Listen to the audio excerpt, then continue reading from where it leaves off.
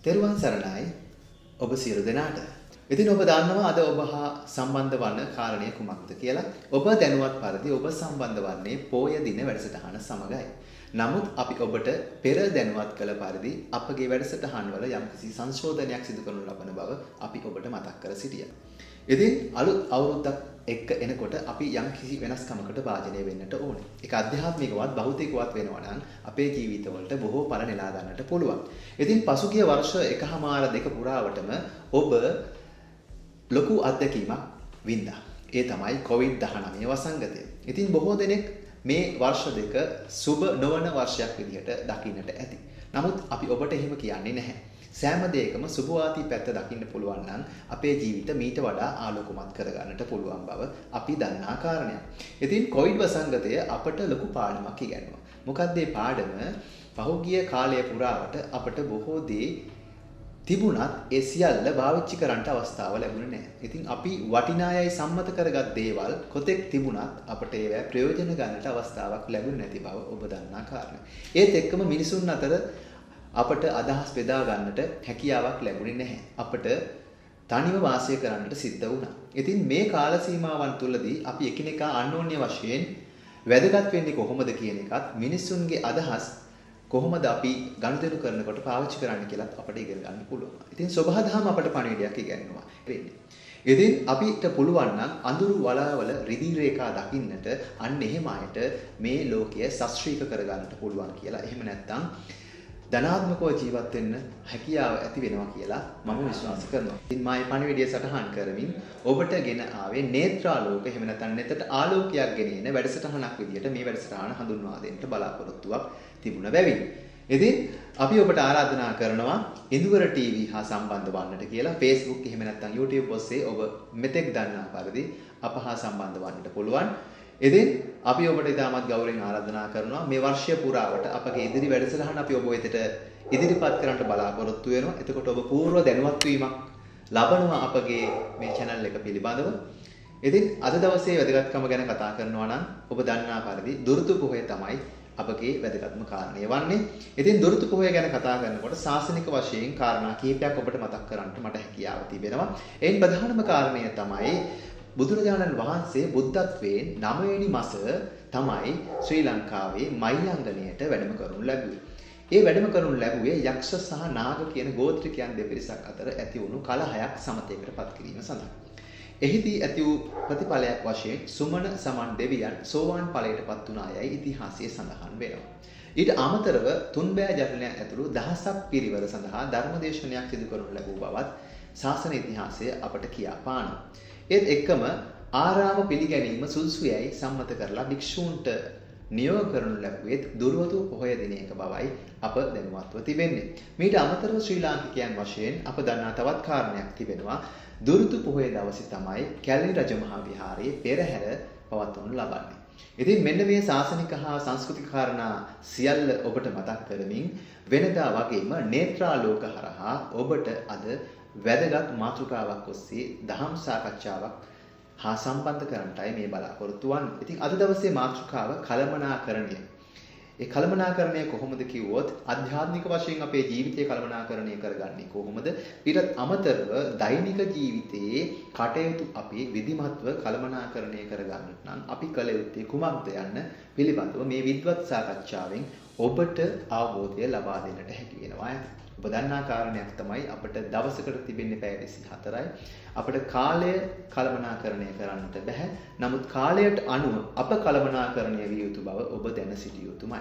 ඉතින් මම හිතනවා ඔබ මේ සවන් දෙන සාකච්ඡාවෙන් ඔබගේ ජීවිතයට ආලෝකයක් එහෙම නැත්නම් නේත්‍රාලෝකයක් ලැබේ කියා විශ්වාස කරනවා. ඉතින් ඒ හා සම්බන්ධ වන්නට කියා ඔබට නැවත වරක් ආරාධනා කරමින් මා ඔබ වැඩසටහන සම්බන්ධ කරනවා.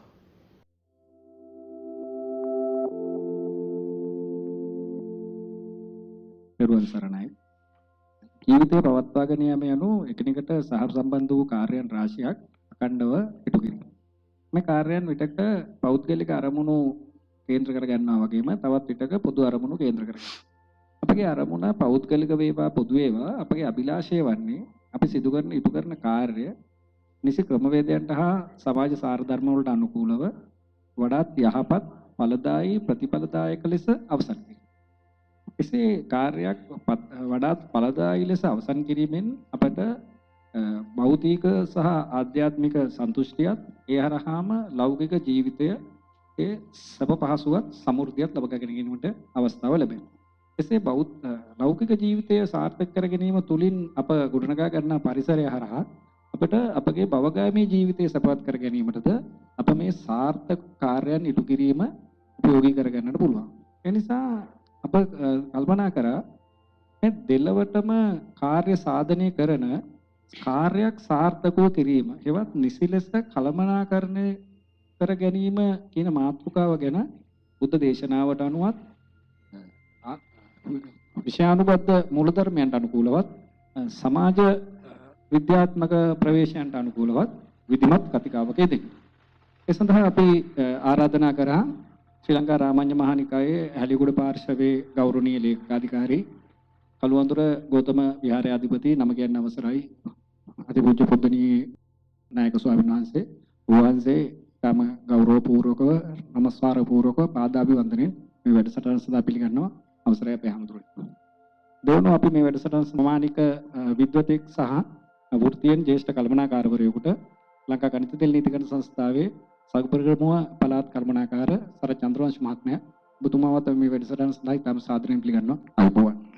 දෙවනුව අපි මේ වැඩසටහන සඳහා ආරාධනා කළා ඔබත් මමත් අප සැමත් යහපත් පුරවැසියන් ලෙස මේ පොළොවේ දෙපයින් නැගී සිටිනවා නම් ඔබට මට ඒ සඳහා මාර්ග දර්ශනය දැක්වූ කළමනාකාරවරුන් පිරිසකගේ වර්තමාන නියෝජනයකට කෑ දෙහියවිට පල්ලේකණුගල කනිෂ්ඨ විද්‍යාලයේ විදුහල්පති චන්දන් තිලකසිරි මහත්මයා ඔබතුමාවත් අපි තම ගෞරවයෙන් මේ වැඩසටහන සඳහා පිළිගන්න ලබනවා. ආයුබෝවන්.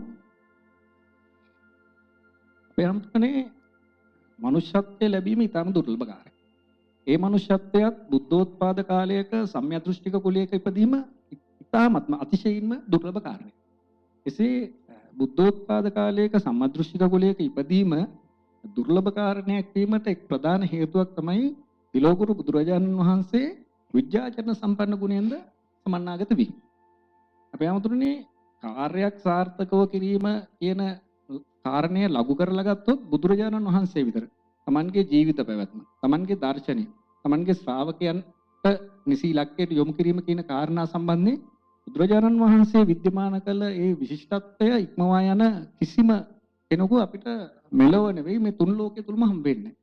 අපි හඳුරන්නේ බුදුරජාණන් වහන්සේ විද්‍යමාන කරපු මේ විශිෂ්ට කළමනාකාරණ ගුණ උන්වහන්සේ ඒ සඳහා වනුමගණය කර වූ ක්‍රියාපටිපාටියෙන් විස්තර කරමින් ඔබ වහන්සේ මේ වැඩසටහනට ප්‍රවේශයක් ගන්න ලෙස මම ඉතාම ගෞරවයෙන් ඉල්ලා සිටිනවා. සියලු දෙනාටම තුනුරුවන්ගේ ආශිර්වාදය සැලසේවා. මේ වැඩසටහන සම්පාදනය කරන අපේ අනුරුද්ධ මහත්මයා විද්වත් මණ්ඩලයේ පින්වත් දෙපළ සහ ඉරේ පිටුපස සිට දැවැන්ත මෙහෙවරක් කරන මේ කාර්ය මණ්ඩලයටත් සෙත් ප්‍රාර්ථනා කරමින් මුලින්ම ප්‍රකාශ කරන්නට තියෙන්නේ කාලෝචිත ඊටාම වැදගත් මාතෘකාවක් මේ වෙලාවේ තෝරගෙන තියෙන්නේ බුදුහාමුදුරුවෝ කියලා කියන්නේ මේ ලෝකයේ මෙතෙක් පහළ වූ විශිෂ්ටතම කළමනාකරුවා. කොතෙක් දුරට විශිෂ්ටද කියලා කියනවා නම් මෙතෙක් මේ ලෝකේ හෝ මතුවටවත් එවැනි සාර්ථක කළමනාකරුවෙකු බිහි වෙන්නේ නැහැ. ඒ තරම්ම බුදුරජාණන් වහන්සේගේ කළමනාකාරීත්වය ඊටාම නිර්වුල්. ඕනෑම කාරණාවකට අවස්ථා තුනකදී පවිත්‍රත්වය ඕනේ කරනවා. ආදි කල්යාණං, මජ්ජේ කල්යාණං, පරියෝසాన කල්යාණං. මුල පිරිසිදු වෙන්න ඕන, මැදත් ඒ වගේම පිරිසිදු වෙන්න ඕන, අගත් ඒ වගේම පිරිසිදු වෙන්න ඕන. කිසියම් කාරණාවක් මනවින් කළමනාකරණය කර ගැනීම සඳහා මේ මුල මැද අග කියන අවස්ථා තුනේදී පවිත්‍රත්වයට පත් කර ගැනීම ඊටාම වටිනවා. ඔබතුමා මතක් කළා මේ මිනිස් ජීවිතේ ඊටාම දුර්ලභ කාරණාවක් කියලා. උතරම් දුර්ලභද කියලා කියනවා නම් ඒක සාමාන්‍ය ව්‍යවහාරයේ ධර්මානුකූලව සහ ජන ව්‍යවහාරයේ විස්තර කරන්නේ කන කැස්බෑව විය සිදුරෙන් අහස බලනවටත් වඩා අමාරුයි කියලා. සාමාන්‍යයෙන් මේක හරි ලස්සන කතාවක්, දෘෂ්ටාන්තයක්. අපි හිතමු මේ කිසියම් වූ ගොවියෙක් තමන්ගේ කුඹුර සකස් කර ගැනීම සඳහා පාවිච්චි කරපු වියගහ ඒකේ කඹේ දාන මැද්දෙන් තමයි කැඩෙන්නේ.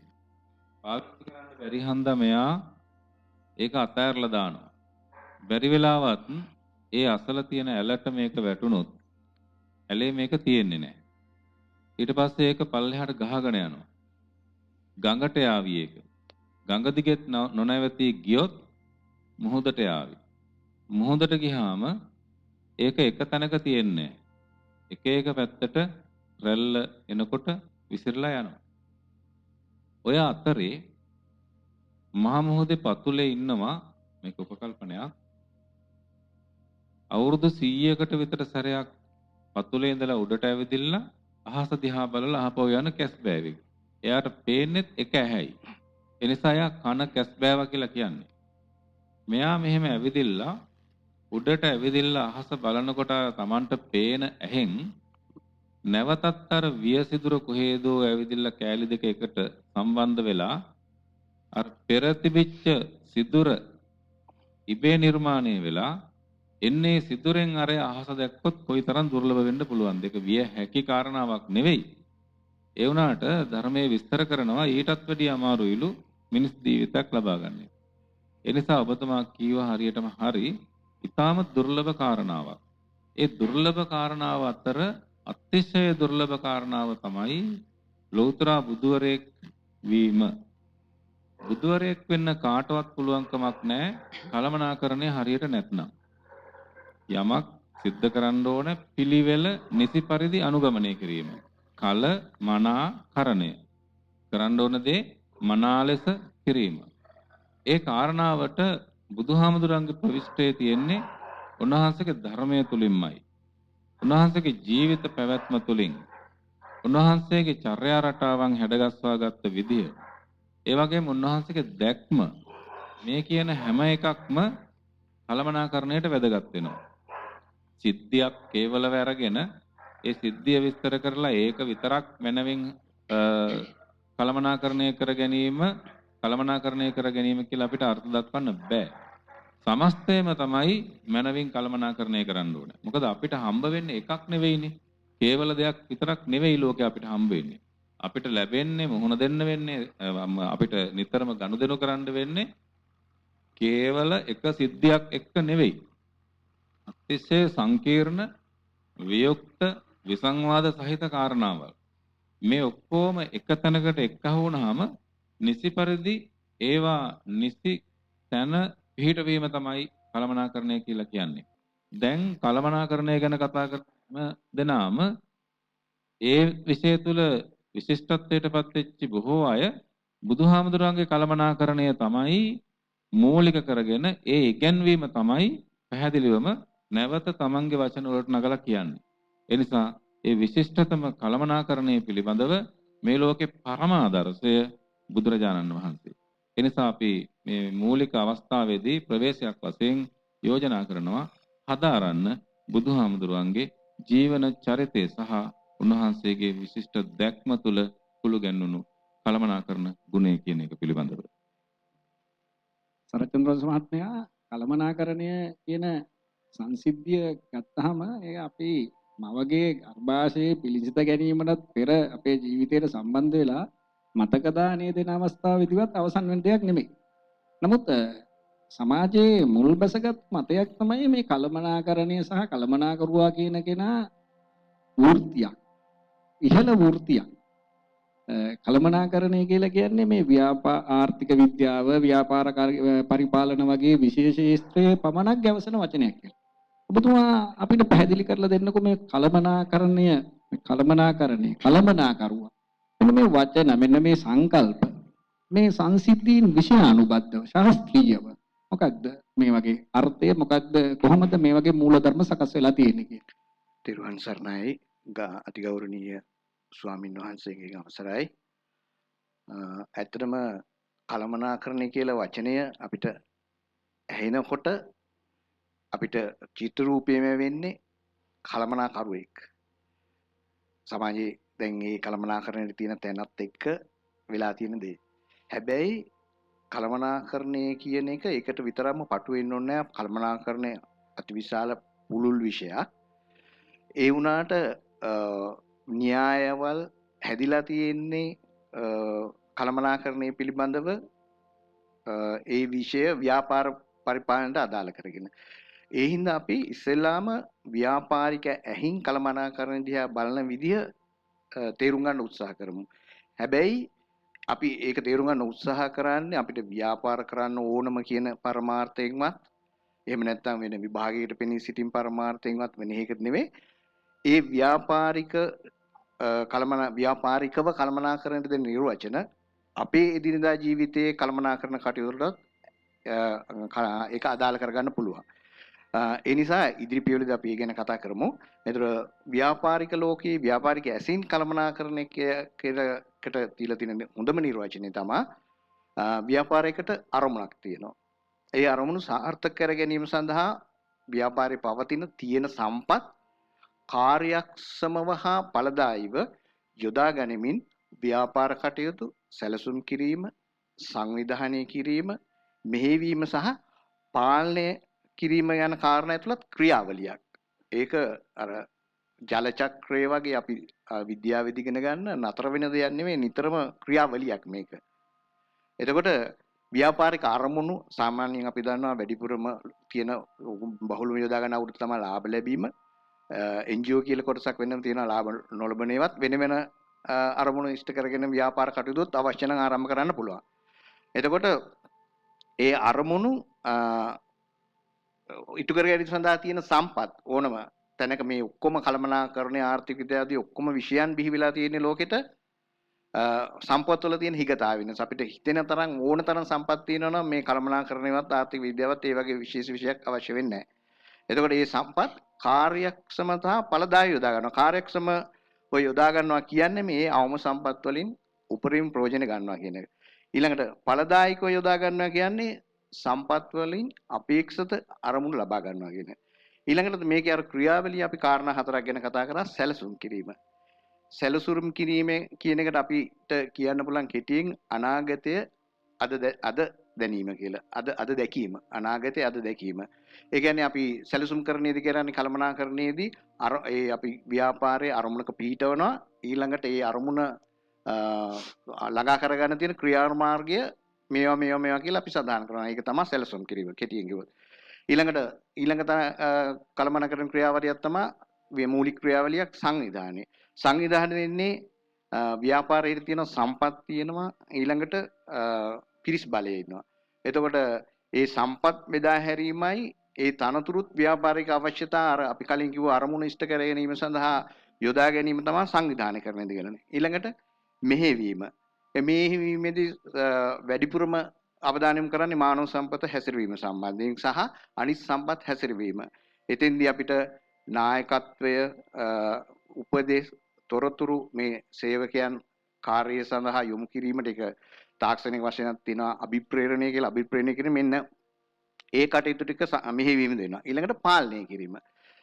පාලනය කිරීමද වෙන්නේ අපි අර පිටවාගත් අරමුණු වලින් ඒ අරමුණු ක්‍රියාත්මක කරමින්දී අපිට කොච්චර දේවල් කොපමණක් දේවල් ක්‍රියාත්මක කරගන්න පුළුවන් වුණාද, අඩුපාඩු මොනවද? ඒ අඩුපාඩු හඳුනාගෙන ඒවා නිවැරදි කිරීමේ ක්‍රියාවලියකට යෑම, ඊළඟට ඒ හරියට කෙරෙලා තියෙන දේවල් තවදුරටත් ඒ සම්පත් කාර්යක්ෂම උපයෝග කරගන්න පුළුවන් විදිහට යොදා ගැනීම. එතකොට අපිට පුළුවන් මේ අවුරුද්ද සැලසුම් කරගන්න වඩා විධිමත් වැඩපිළිවෙලක් යටතේ යන්න. ඊළඟට අවුරුද්ද අගට අපිට පුළුවන් මේක හැරිලා බලලා ආපහු අවුරුද්ද දිහා අපි සැලසුම් කරගත් දේවල් ඒ වගේ විදිහටම කෙරිලාද, ඒ වගේ අඩුපාඩු මොනවද, තවදුරටත් මොනවද වර්ධනය කරගන්නේ. අන්න ඒ වගේ ඒ පාලනය කිරීම ක්‍රියාවලිය යටත් කරලා අපිට වඩා නිවැරදි දේ වඩා හොඳින් කරගෙන යන්න පුළුවන් අපිට මේ තියෙන සීමිත සම්පත් භාවිතා කරලා.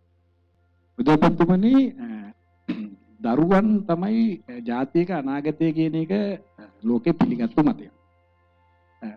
දරුවෙකු අරමුණක් හිතේ දරාගෙන මුලින්ම නිවසින් පිට වෙන්නේ පාසලට. ඒ අනුව බලපුවාම අපේ ජීවිතයේදී අපිට මුලින්ම හම්බ වෙන කළමනාකාරවරයා තමයි අපේ ගුරුවරයා. ඔබතුමා නියෝජනය කරන්නේ ඒ ගුරුවරුන් කණ්ඩායම කළමනාකරුවාගේ භූමිකාව. ඔබතුමනි අපිට පැහැදිලි කරලා දෙන්නකෝ මේ ජාතියේ අනාගතය තීරණය කරන රැඳී පවතින දරුවෙකු යහපත් පුරවැසියෙක් දක්වා නිර්මාණය කිරීමේ ගුරුවරුන් විදුහල්පතිවරුන් ඇතුළු කණ්ඩායම අනුගමනය කරන කළමනාකරන ක්‍රමවේදය.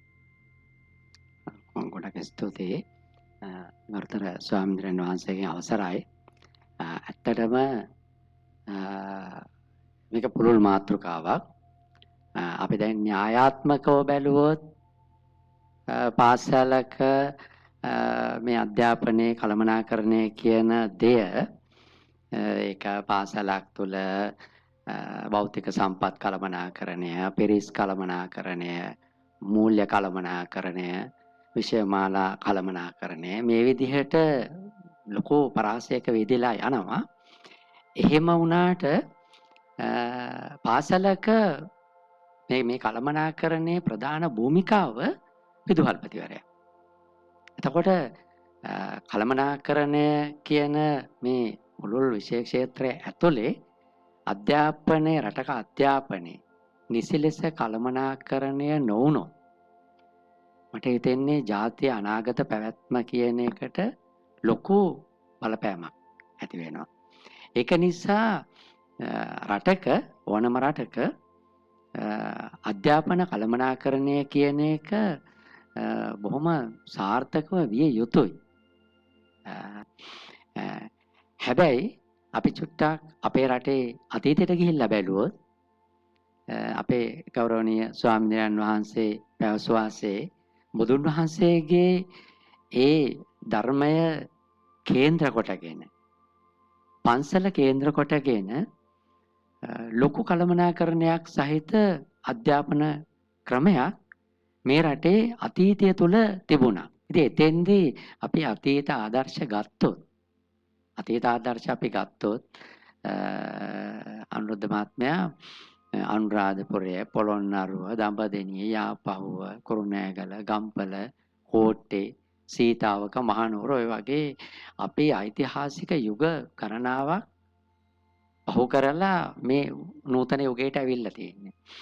ඒ යුගවල අපේ රටේ ගොඩනැගුණු සාහිත්‍ය විතරක් ගත්තොත් අපි සාහිත්‍ය කෘති විතරක් පරිශීලනය කරොත් මොනතරම් විධිමත් කළමනාකරන ක්‍රමවේදයක් ඔස්සේ අපේ රටේ සියලු ක්ෂේත්‍ර ගොඩනැගුණද කියන එක හොඳට අපිට මේ අවබෝධ කරගන්න පුළුවන්කම තියෙනවා.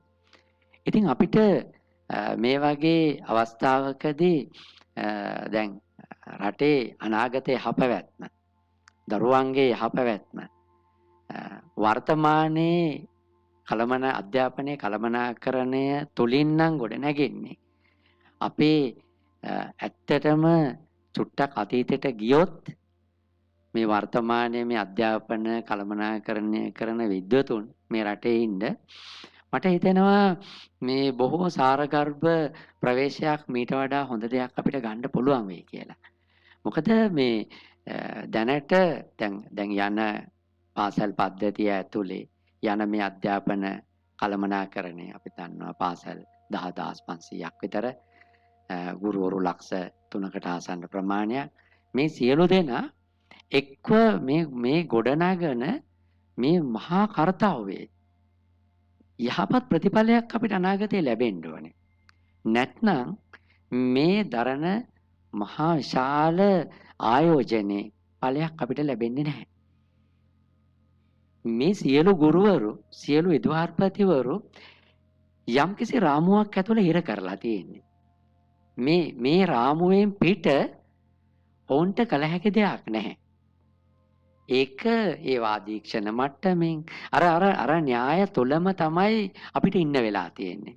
ඉතින් මෙන්න මේ தত্ত্বය තුළ යම්කිසි ආකාරයකින් ඉක්මනින් මේ රටේ අධ්‍යාපන කළමනාකරණයේ යම්කිසි වෙනසක් විශේෂයෙන් අපේ අතීත අධ්‍යාපනයේ සාරගර්භ කොටස් ටිකත් අරගෙන යම්කිසි වෙනසකට භාජනය නොවුනොත් මම විශ්වාස කරනවා අපි බලාපොරොත්තු වෙන අනාගත පැවැත්ම රටේ අනාගත යහපැවැත්ම යහපත් දරුවා නිර්මාණය කිරීම කියන කාර්යභාරය අපේ පාසල් පද්ධතියට ප්‍රශ්නාර්ථයක් වෙයි කියලා. එසේනම් අපි නැවතත් ඔබ හමු වෙන බලාපොරොත්තු වෙත් මද විරාමයක් සඳහා යොමු වෙනවා.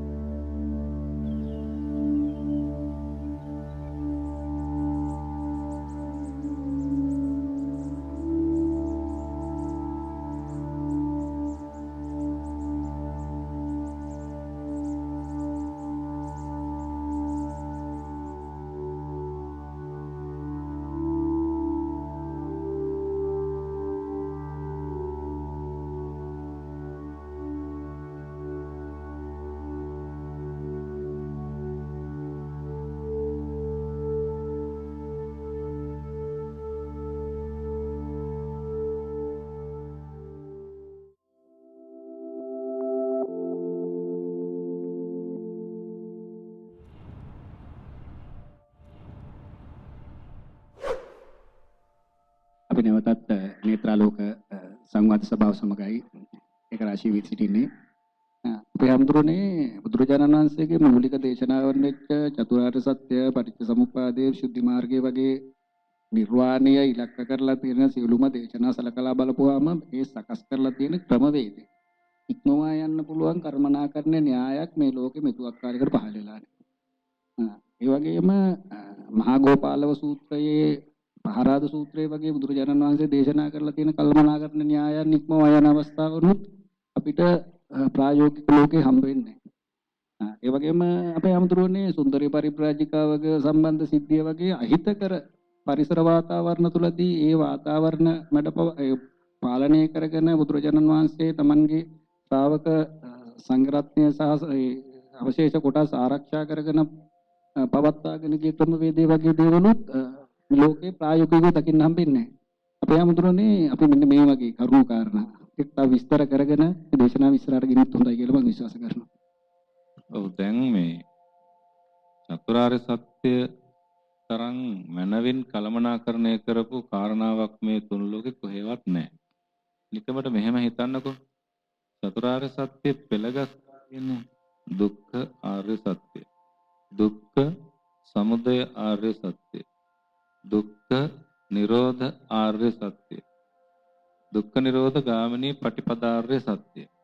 අපි සාමාන්‍යයෙන් සරලව ලේසි වෙන විදිහට කියනවා දුක්ඛ සත්‍ය, සමුදය සත්‍ය, නිරෝධ සත්‍ය සහ මාර්ග සත්‍ය කියලා. දැන් මේක ඇතුලේම තියෙන කාරණාවක් තියෙනවා හිතන්න. කලමනාකරණය කියන කාරණාව. දැන් ඒකේ පෙළගැස්ම සාමාන්‍යයෙන් වෙන්න ඕනේ විදිහෙන් නෙවෙයි වගේ කෙනෙකුට තර්ක කරන්න පුළුවන්. ඒ කියන්නේ ඉස්සල්ලාම කියනවා දැන් දුකට හේතුව මේ දුක දුකට හේතුව සහ දුක නැති කිරීම දුක නැති කිරීමේ මාර්ගය. දුක නැති කිරීම දුක නැති කිරීමේ මාර්ගය. ඒතර දුක නැති කරලද මාර්ගයට යන්න ඕනේ. පෙළගැස්ම වැරදි වගේනේ තේරෙන්නේ. දුක නැති කෙරුවට පස්සේ ආයෙතව මාර්ග හොයාගෙන යන්න දෙයක් නෑ කියලා කෙනෙකුට තර්ක කරන්න පුළුවන් නේ. එතකොට මේ මාර්ගය ඒක අවසානයේ ආවේයයි. සාමාන්‍යයෙන් මෙහෙම හිතමුකෝ අපි. දැන් කෙනෙකුට මේ මොහොතේ වමනේ යන්න එනවා. එතකොට එයා දන්නේ මට තව ටික මෙච්චර වෙලාවකින් වමනේ ඉද නැද්ද ආදී දේවල් මොකුත් දන්නේ එයා ඒ අවශ්‍යතාව ඇති වුණාට පස්සේ නෙවෙයිද තැනක් හොයන්නේ මේකද? වමනේ යන්න ඉස්සරලා හිතන්නේ නැහැනේ දාන්නේ කොහෙද කියලා. ඒතකොට බුදුහාමුදුරුවෝ අවලෝකනය කළා මේ කාරණාව කොහොමද මොන මාර්ගයේ ඇවිදින්නද අපිට සාක්ෂාත් කරගන්න පුළුවන් කියලා. ඒ ලැබිච්ච දේ සාමාන්‍ය මෙහෙම කෙනෙක් යහපත් වැඩ කරලා දිව්‍ය ලෝකේ පහළ වුණා කියලා කියන්නකෝ. සාමාන්‍යයෙන් ඒ අයගේ සිරිතක් තියනවලු මම මේ සැප ලබා ගත්තේ කොහොමද කියලා බලන එක. දෙයයන්ට දිවස් තියෙනවනේ. එතකොට එයා බලනවලු අපි හිතමු මනුස්ස ලෝකේ හිටපු කෙනෙක් ගියේ. මනුස්ස ලෝකෙදී මම මොන වගේ යහපත් වැඩද කියලා. දැන් අරහෙ ගිහිල්ලා ඉවරයි. ඉවර වෙලා හොයනවා කොහොමද මෙතෙන්ට ආවේ කියලා. පාර මොකද්ද කියලා. එහෙම කරන්නෙම ඒ ආපු පාර අනිත් අයට ප්‍රතියමාන කරන්න ඕනේ හන්ද. ඊගාවට ඒ තුල තියෙන පෙළ ගැස්මේම තියෙනවා බුදුහාමුදුරුවෝ වනාහි අති විශිෂ්ටතම කළමනාකරුවා කියලා. ඔබතුමා මතක් කරපු සුන්දරී පරිබ්‍රාජිකාව අහිංසක ගෑනු ළමෙක්. එයාව මුලාවටපත් කරලා අන්‍ය ආගමික මත දරන්නෝ මිත්‍යා දෘෂ්ටිකෝ බුදුහාමුදුරන්ට අපහාස කරන්න පුළුවන් කියලා හිතුවා.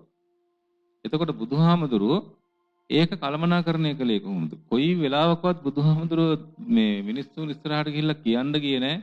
අනේ නෑ මං ඒ වගේ අපරාධයක් කළේ නෑ. මේක බොරුවක්. මේක අමෝලික බොරුවක්. මේ හිම දේවල් මං කළේ නෑ කියලා මේ ගැලවෙන්න ගියේ නෑ. ගැලවෙන්න ගියේ නැති වුණාට බුදුහාමුදුරුවෝ නිහඬ වතින් ඒකට උත්තර දුන්නා. නිහඬ වෙන්න ඕනේ කියලා. ඊපස්සෙන් කතාවක් තියෙනවා එක්තරා ගම්මානයක ඒ කිට්ටුව හිටපු මේ කැලේක හිටපු තාපසතුමෙක්. මේ තාපසතුමා ඊටම හොඳින් තමන්ගේ තපස්වී භාවය ආරක්ෂා කරමින් කටයුතු කරන අතරේ ගමේ මිනිස්සු කෝප වෙලා පොළොමුගුරු අරගෙන තරුණියෙකුත් එක්ක සහ ඒ තරුණියගේ දරුවත් එක්ක ආරාමයට ආවා. පන්සලට අසපුර. ඇවිල්ලා කෑ ගහලා ගර්හා කරලා බැනාඩ ගහලා චෝදනා කළා තමුන්නාන්සේ මේ තරුණියට අපරාධයක් කරලා තියෙනවා. ඒ අපරාධේ ප්‍රතිඵලය තමයි මේ දරුවා බාර අරගෙන හදන්න කියලා. ඉස්සෙල්ලම ඒ අපරාධ චෝදනාව කරනකොට ඒ හාමුදුරුවෝ ඒකත් එහෙමද කියලා තමයි කිව්වේ. ඊගාවට දරුවා බාර දුන්නාට පස්සේ තමුන්නාන්සේගේ දරුවා හදාගන්න කියලා ඒකත් එහෙමද කියලා බාරගත්තා. ටික කාලයක් යනකොට ඇත්ත සිද්ධිය එළියට ආවා. අර හාමුදුරුවෝ මේ ඒ ළමයාට Tamanට පුළුවන් විදිහට සැලකුවා. කාලයක් යනකොට මේ කාරණාව ඇත්තම කාරණාව නිරාවරණය වුණාට පස්සේ ගමේ මිනිස්සු බොහොම බයපක්ෂපාතව ඇවිදිලා සමාවිල්ලුවා. සමාවිල්ලලා අපිට ඒ දරුවා දෙන්න අපි අතින් වරදක් වුණේ කියලා කිව්වා. හාමුදුරුවෝ කිව්වා ඒකත් එහෙමද කියලා. දරුවා දුන්නා. දැන් අපිට මේ වගේ බරපතල සිද්ධියකට මුහුණ පහන්න වුණා නම් අපි මොනවා කරයිද? හැබැයි ඒ හාමුදුරුවෝ ඔය අපි කරන જાතිය ටිකක් එදා කළා නම් ඒ හාමුදුරුවෝ චූදිතය වෙලා ඉවරයි. සුන්දරී පරිබ්‍රාජිකාවගේ කතා පුවත එන්නේත් එහෙම එකක්. අපිට නලපාන ජාතකයේ උගන්වනවනේ. දැන් නලපාන ජාතකයේ තාම විශිෂ්ට කළමනාකරණයක් තියෙන්නේ. ජීවිතේ බේරගෙන පවත්වාගෙන යන්නේ කොහොමද කියලා. කොහොමද ඒක කියන්නේ? එකම එක්කෙනෙකුට අනිත් විදිහට හිතන විශාල පිරිසක් ඉදිරියේ ඊට ප්‍රතිවිරුද්ධව හිතන්න පුළුවන් එක්කෙනෙක් හිටියා. එයා දැක්ක මේ වැවට එහෙම නැත්නම් මේ විලට ගිය අඩි පාරවල් තියෙනවා. ආපු අඩි පාරවල් නැහැ. ඒ කියන්නේ ගිය අය ඇවිල්ලා නැහැ. ගිය අය ඇවිල්ලා නැත්නම් මේ ජලාශේ පොකුණේ අනතුරක් තියෙනවා. ඒක යම් කෙනෙක් වෙන්න පුළුවන්, යම් විශාල මත්ස්‍යයෙක් වෙන්නත් පුළුවන් සමහර විට. කිඹුලෙක් වගේ එකක් කියලා හිතන්නකෝ, පේන්නේ නැහනේ. ඒකට එයා දකිනවා ගිය අඩි පාරවල් විතරයි, ආපු අඩි පාරවල් නැහැ. තමන්ගේ රැහේ අයට කිව්වා යන්න එපා මේකට. උපක්‍රමයක් පාවිච්චි කරලායි වතුර බොන්න ඕනේ කියලා. ඇයි? ඒක තමයි කළමනාකරුවගේ සාර්ථකත්වය. කළමනාකරුවාගේ තියෙන ඉතාම වැදගත්ම කාරණය තමයි බොහෝ අය හිතනවා මේ කළමනාකරණය කියලා කියන්නේ අපේ මහත්තයා මතක් කළා වගේ මේ ව්‍යාපාරයකට විතරක් සීමා වෙන දෙයක් නෙවෙයිනේ.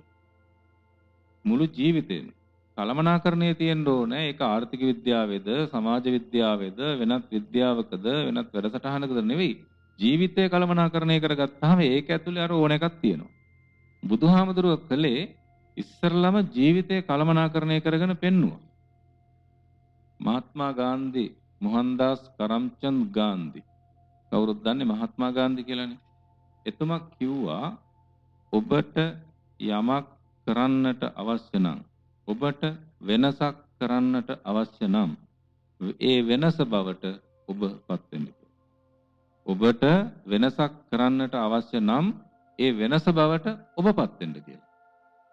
ඒ නිසා අපිට කළමනාකරුවෙක් වෙන්න ඕන නම් හරි, කළමනාකාරීත්වයේ ලෝකෙට කියලා දෙන්න ඕන නම් හරි, අපි ඉස්සෙල්ලා විශිෂ්ටතම කළමනාකරන ජීවිතයක් ඇති කරගන්න ඕනේ. ඒක කාරණාවකට විතරක් ලඝු කරන්න පුළුවන් දෙයක් නෙවෙයි. ජීවිතේම කළමනාකරණය කරගන්න ඕනේ. ඒ සඳහා මේ ලෝකේ යම් චරිතායනයක් අධ්‍යයනය කරන්න තියෙනවා නම් ඒ විශිෂ්ටතම චරිතායනය තමයි බුදුහාමුදුරන්ගේ චරිතය. කියලා කියන කාරණාවෙදි වේවා ඕනෑම කාරණාවකදී අපිට දැන් ආරාමික ඉගැන්වීම අහිමි වීම නිසා වෙච්ච වින්නැහියක් තියෙනවා. ආරාමික ඉගැන්වීමේ අපිට කියන්නේ සදහයෙන් සසුන්වන් කුලදරුවන් විසින් අරුණට පළමු දැහැටි වළඳා මලුපෙත් මන් හැමද නිමවා. ඉස්සෙල්ලාම කරන්න ඕනේ අරුණට ඉස්සෙල්ලා අවදි වෙන්න ඕනේ. ඒ කියන්නේ උදේ ඉර පායනකම් ඉන්නේ නැතුව අවදි වෙන්න කියලා කියන්නේ. ඒක මේ ජීවිතේ නිරෝගීකමට වැඩ කටයුතු පහසු කරගන්න, වැඩ කටයුතු නිවැරදිව කරගන්න ඉතාම වැදගත්ම කාරණේ ඒක. උදෑසනම අවදි වෙන එක. ඒ කියන්නේ රාත්‍රියේ මුර කරන මිනිස්සෙකුට මේක කරන්න බැරි වෙන්න පුළුවන්. ඒ Tamanට ගැළපෙන කෝව Taman හදා ගන්න ඕනේ. එතකොට මේකෙදි උදෑසනම නැගිටින එක ගැන බුදුහාමුදුරුවෝ ඉතා මැනවින් ලෝකෙට කියලා දීලා දුන්නා. උන්වහන්සේ කාලසටහනක් දෙන්න කරන්නකෝ. ඒ කාලසටහනේ උන්වහන්සේ ඉතාම අඩුවෙන් සතපෙච්ච උත්තමයන් වහන්සේ නමක්. ඒ වගේ කෙනෙකුට බැරි වුණා, ඒ කිට්ටු වෙන්න බැරි වුණත් ඒ ආසන්නයට අපිට යන්න පුළුවන් උදෑසනම අවදි වෙන්න ඕනේ. විශිෂ්ටතම කළමනාකරුවෙක් වෙන්න නම් උදෑසන අවදි වෙන්න ඕනේ. හැමදෙනාම උදේම අවදි වුණාට පස්සේ ඒ කටයුතු කරගන්න පහසුයි. වැඩ බෙදාගෙන කරන්න ඕනේ. බුදුහාමුදුරුවෝ සියලුම වැඩ තමන් බුදුහාමුදුරුවෝ කියලා කරේ තියාගත්තේ නැහැ. ඒ අදාළ කාරණාවල් එක එක්කෙනාට පැවරුවා. තනතුරු දෙනවයි කියලා කියන්නේ ඒකනේ. ප්‍රඥාවන්තයින්ට තනතුරු දුන්නා, 이르දිමතුන්ට තනතුරු දුන්නා. එහෙම ඒ වගේ අයට විවිධ ඒ කාරණාවට අදාළ දක්ෂ කෙනාට ඒ තැන දුන්නා. ඔන්න කර්මනාකරුවෙකු තියෙන ඊගා විශිෂ්ටත්වය. ඊගාවට කළමනාකරුවා ස්වකීය ජීවිත පැවැත්මෙන්ම ආදර්ශ වෙන්න ඕනේ.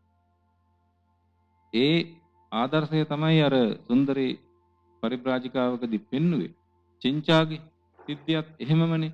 ඇය දෝෂාරෝපණය කරනකොට, චෝදනා පරවසව කතා කරනකොට බුදුහාමුදුරුවෝ නිහඬව හිටියා. දැන් අපි නිහඬව හිටියොත් එහෙම මොකද කියන්නේ? දෝෂ්ණීම් භාවයෙන් පිළිගත්තයි කියලා. නිහඬව ඉන්නවා කියලා කියන්නේ පිළිගන්නවා කියන එක නෙවෙයි. විරෝධතාවයක් නැහැ කියනවා වගේ විරෝධතාවයක් නැහැ කියනවා උත්තර දෙන්නේ නැතු වෙන්නේ. බුදුහාමුදුරුවෝ ප්‍රශ්නයකට උත්තර දෙනකොට සමහර ප්‍රශ්න තපනීයයිනේ. ඒවට උත්තර දෙන්න පැත්තකින් තියලා තියෙනවා. ඇයි ඒකට උත්තර දෙන එක දෙන එක්කෙනාට වැදගතුත් නැහැ. අහන එක්කෙනාට වැදගතුත් නැහැ. ඉතින් උත්තර දීලා වැඩක් නැහැ නේ. උත්තරේ පැත්තකින් තියන්න ඕනේ. සමහර ඒවා තියෙනවා අව්‍යාකෘතයි. විසඳන්නේ නැහැ. ඒක විසඳන්න ගියොත් කෙලවරක් නැහැ. ලෝක කොච්චර තියෙනවද? අචින්ත්‍ය කාරණාවල් තියෙනවනේ. ලෝක විශ්ය කොච්චරද? තත්ත්ව විශ්ේ කොච්චරද කිව්වොත් හොයාගෙන කෙලවරක් කරන්න පුළුවන් ඒව නෙවෙයි. ඒ නිසා කෙලවරක් කරන්න බැරි දේවල් ගැන හිතන්න යන්න එපා. ඒක කලමනාකරුවෙක්ගේ තියෙන විශිෂ්ටත්වය. එයා හිතන්නේ කරන්න පුළුවන් වැඩ. කරන්න පුළුවන් වැඩ. සමහර අය දක්ෂයෝ ඉන්නවා. දක්ෂයෝ හිතනවා ඕනෑම දෙයක් කරන්න පුළුවන් කියලා. ඒක නරකමක් නැහැ.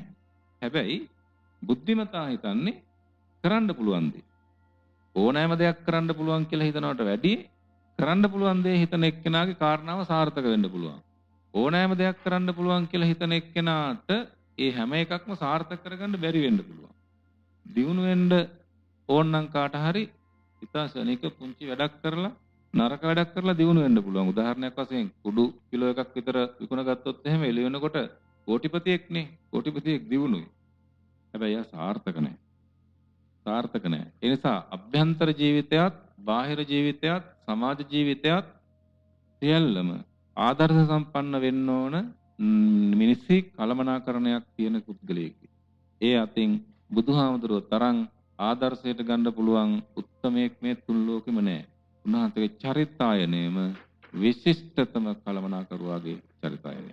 අපේ හැමදෙරනේ බුදුරජාණන් වහන්සේගේ මේ තනතුරු ප්‍රදානය කියන එක අද්විතීයයි නේද? දැන් ශ්‍රවණාරාමේ පරිපාලන කටයුතු උන්වහන්සේ බාර දුන්නේ සත්‍යවිරිදි දබ්බමල්ල පුත්තිස්ස මහරහතන් වහන්සේට. සරියුත් තෙරණුවෝ, මුගලන් තෙරණුවෝ, අනුරුද්ධ තෙරණුවෝ වගේ බොහොම ප්‍රබල බල සම්පන්න රහතන් වහන්සේලා ඉඳිද්දිත් උන්වහන්සේ සත්‍යවිරිදි සාමණේර වහන්සේ කෙනෙකුට මේ වගකීම පැවරුවා උන්වහන්සේගේ දක්ෂතාවය අනුගමනය දැකලා. පැහැදිලිවම. ඒ කියන්නේ අපි තනතුර දෙන්න ඕනේ සුදුස්සටනේ. දැන් ආරාමික පරිපාලනය පිළිබඳව දබ්බමල හාමුදුරුවෝ තරම් දක්ෂයෙක් එතන හිටියේ නෑ. ඒතකොට සරියොත් හාමුදුරුවෝ ඊට වැඩිය දක්ෂ වෙන්න පුළුවන්. ඊට වැඩිය උතුම් වෙන්නත් පුළුවන්. ඊට වැඩිය මුගලන් හාමුදුරුවෝ 이르දි පාන්න පුළුවන් වෙන්නත් පුළුවන්. ඒ කාරණාවට. ඒ නිසා අපි කලමනාකරුවෙක් සතු ඔය කියපු කාරණා විශේෂත්වය තමයි සුදුස්සාට සුදුසු තැන දෙන්න පුළුවන් දැක්මක් සහ හැදෑරීමක්. ඒ තමන්ගේ සහ පිරිසේ පිළිබඳව පුළුල් අවබෝධයක් තියෙන්න ඕනේ. ඒකනේ බුදුහාමුදුරේගෙන් පෙන්නුවේ. එහෙම නැත්නම් සමහර කෙනෙක් අමනාපුණානේ දැන් දේවදත්ත හාමුදුරුවෝ කියලා කියන්නේ ධානය ලබාගත්ත උත්තම හාමුදුරු නමක්. ඒ වුණාට උන්වහන්සේ ටිකක් ක්‍රෝධාත්මක වුණා තමන්ට පස්සේ ආපු අයට තනතුරු දුන්නයි කියලා. මේ ඉස්සරහින් ආවද පස්සෙන් ආවද කියන එක නෙවෙයි වැදගත් වෙන්නේ. වැඩේ කරන්න පුළුවන් කාටද එයාට ඒ වැඩේ පවරන්න පුළුවන් වෙන්න ඕනේ හොඳ කලමනාකරුවෙකුට. ඒක හොඳ කලමනාකරුවෙක්ගේ දක්ෂ කලමනාකරුවෙක්ගේ ලක්ෂණයක්. දැන් අපි ගන්ටාරේ ගහනවනේ. ගන්ටාරේ සද්ද එනවයි කියලා කෑ ගහනවා සමහර අය. කරදරේ මන කරදරේ. මේක හැම වෙලෙම ගහගත්ත ගමන් ඉන්නේ. හැබැයි ගන්ටාරේ ගහන්නේ මොකටද කියලාත් පොඩ්ඩක් හොයන්න ඕන. ඒ ගන්ටාර නාදේ එනකොට කරන්නේ දන්නවා මේ ගහන්නේ මේ කාරණාවට. මේ ගහන්නේ මේ කාරණාවට. මේ ගන්ටාර නාදේ නම් මොකක් හරි කරදරයක් වෙලා. බලන්නකෝ ඒවා කියලා දීලා තියෙන හැටි. දැන් සාමාන්‍යයෙන් ගන්ටාරේ ගහගෙන යනවා වුණාට ඒක ගහන්න පිළිවෙලක් තියෙනවා. ඒක එතන නැති වුණොත් එහෙම මොකද්ද කියලා තේරුම් ගන්න බෑ. ඒ sannivedanaනේ. දැන් ඉස්සර අපි ඔක්කොම sannivedanaya කළේ මිනිසුන්ට කතා කළේ ගන්ටාරෙන්නේ. මිනිසුන්ට එක්කහුව වෙන්න, පූජාවට එක්කහුව වෙන්න කියලා කියනකොට ගහන විදිහක් තියෙනවා. ස්වාමීන් වහන්සේලාට දානෙට වඩින්න කියලා කියනකොට ගහන විදිහක් තියෙනවා. හෝරාවට ගහන විදිහක් තියෙනවා. එතනම කොච්චර කලමනාකරණයක් තියෙනවද කියලා. ඒක මොනවා හරි කරදරයක් වුණාම ගහන විදිහක් තියෙනවා. එතකොට ගමම දන්නවා මොකක් හරි අදනම් පන්සලේ කරදරයක් කියලා. ඉතින් නිකන් ගන්ටාරේ ගහන්නේ නැහැ. සමහර ලාට ඔය මේ ළමයි ගිහිල්ලා දන්නේ නැති කමට එහෙම ගන්ටාරේ ගහනවා. අපි හඳුරු ඉස්සෙල්ලා මතක් කරා වගේ අර පැරණි කාලයේදී දැනුත් ඒක භාවිත වෙනවා. ගන්ටාරේ මගින් sannivedana කරා වගේ. දැන් අද දියුණු ලෝකේ sannivedana කිව්වහම අපි සාමාන්‍ය දන්න ලියුම දුරකථනය ඉඳලා දැන් ඊමේල් ඒ වගේ දුරකථනමයින් කරන සමාජ ජාල හරහා වෙන sannivedana කටයුතු ඊට අනුව ආණ්ඩුවෙන් කරන ඒවා ගැසට් ඒ වගේ sannivedana අතිවිශාලයි. ඊළඟට කලමනාකරුවෙක් විශේෂයෙන් ඒ sannivedana හැකියාවෙන් යුක්ත වෙන්න ඕන. හේතුව කළමනාකරුවෙක්ගේ මූලිකම වගකීමක් තමයි තවත් කෙනෙකුට රාජකාරී පැවරීම. එතකොට ඒ පවරන රාජකාරී පිළිබඳව නිර්වුල්ව පැහැදිලි කරලා දීමේ හැකියාවක් නැත්නම් ඒකෙන් ගන්න පුළුවන් ප්‍රයෝජනෙ අඩුයි. ඒ හින්දා ඊළඟට කළමනාකරුවන්ට සාකච්ඡා කරන්න වෙනවා වෙන පාර්ශව සමග.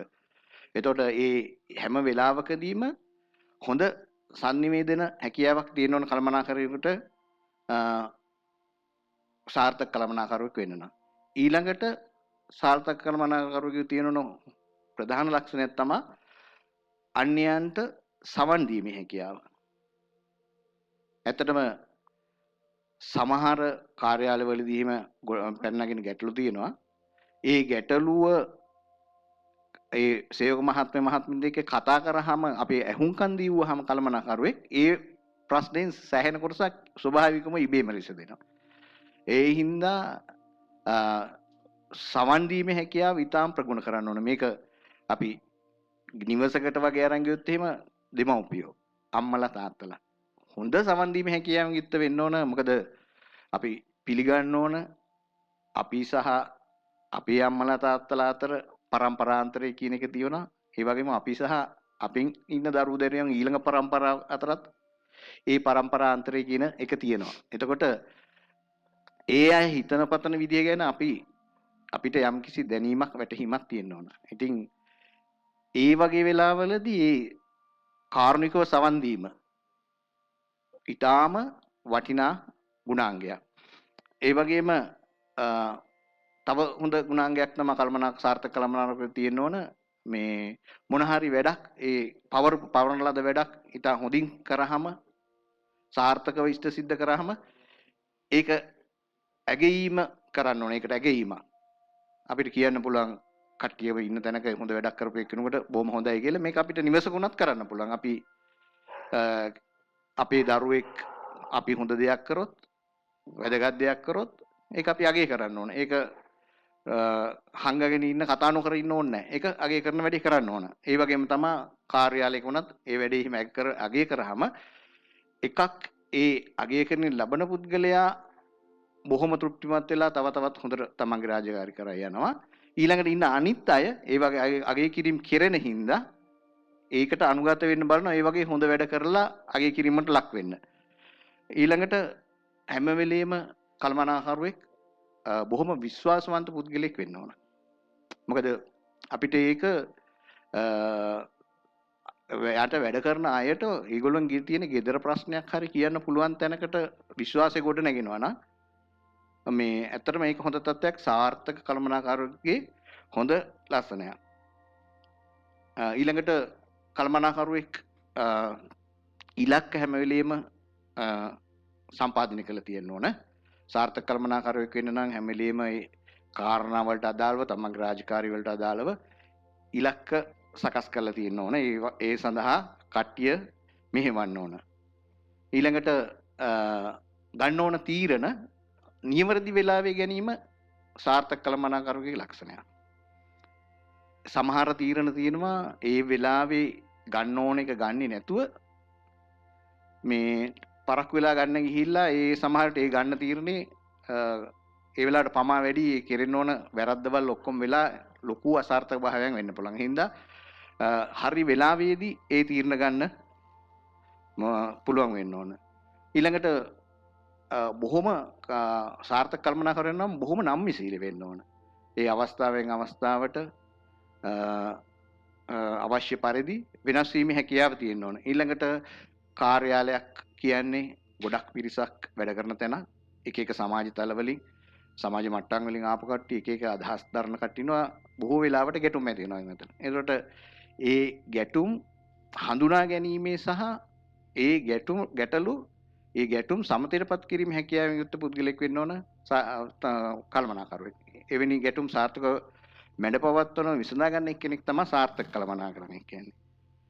ඊළඟට කළමනාකරුවෙකුට වෙන්න ඕන ලොකුම දේ තමයි ඔවුන් වැඩ කරන කණ්ඩායම එකම කණ්ඩායමක් විදිහට අරගෙන ඒ කණ්ඩායමේ ව්‍යාපාරයේ තියෙන ඉලක්ක කරා එක්කහු කරගෙන අරයි යන්න පුළුවන් වීම.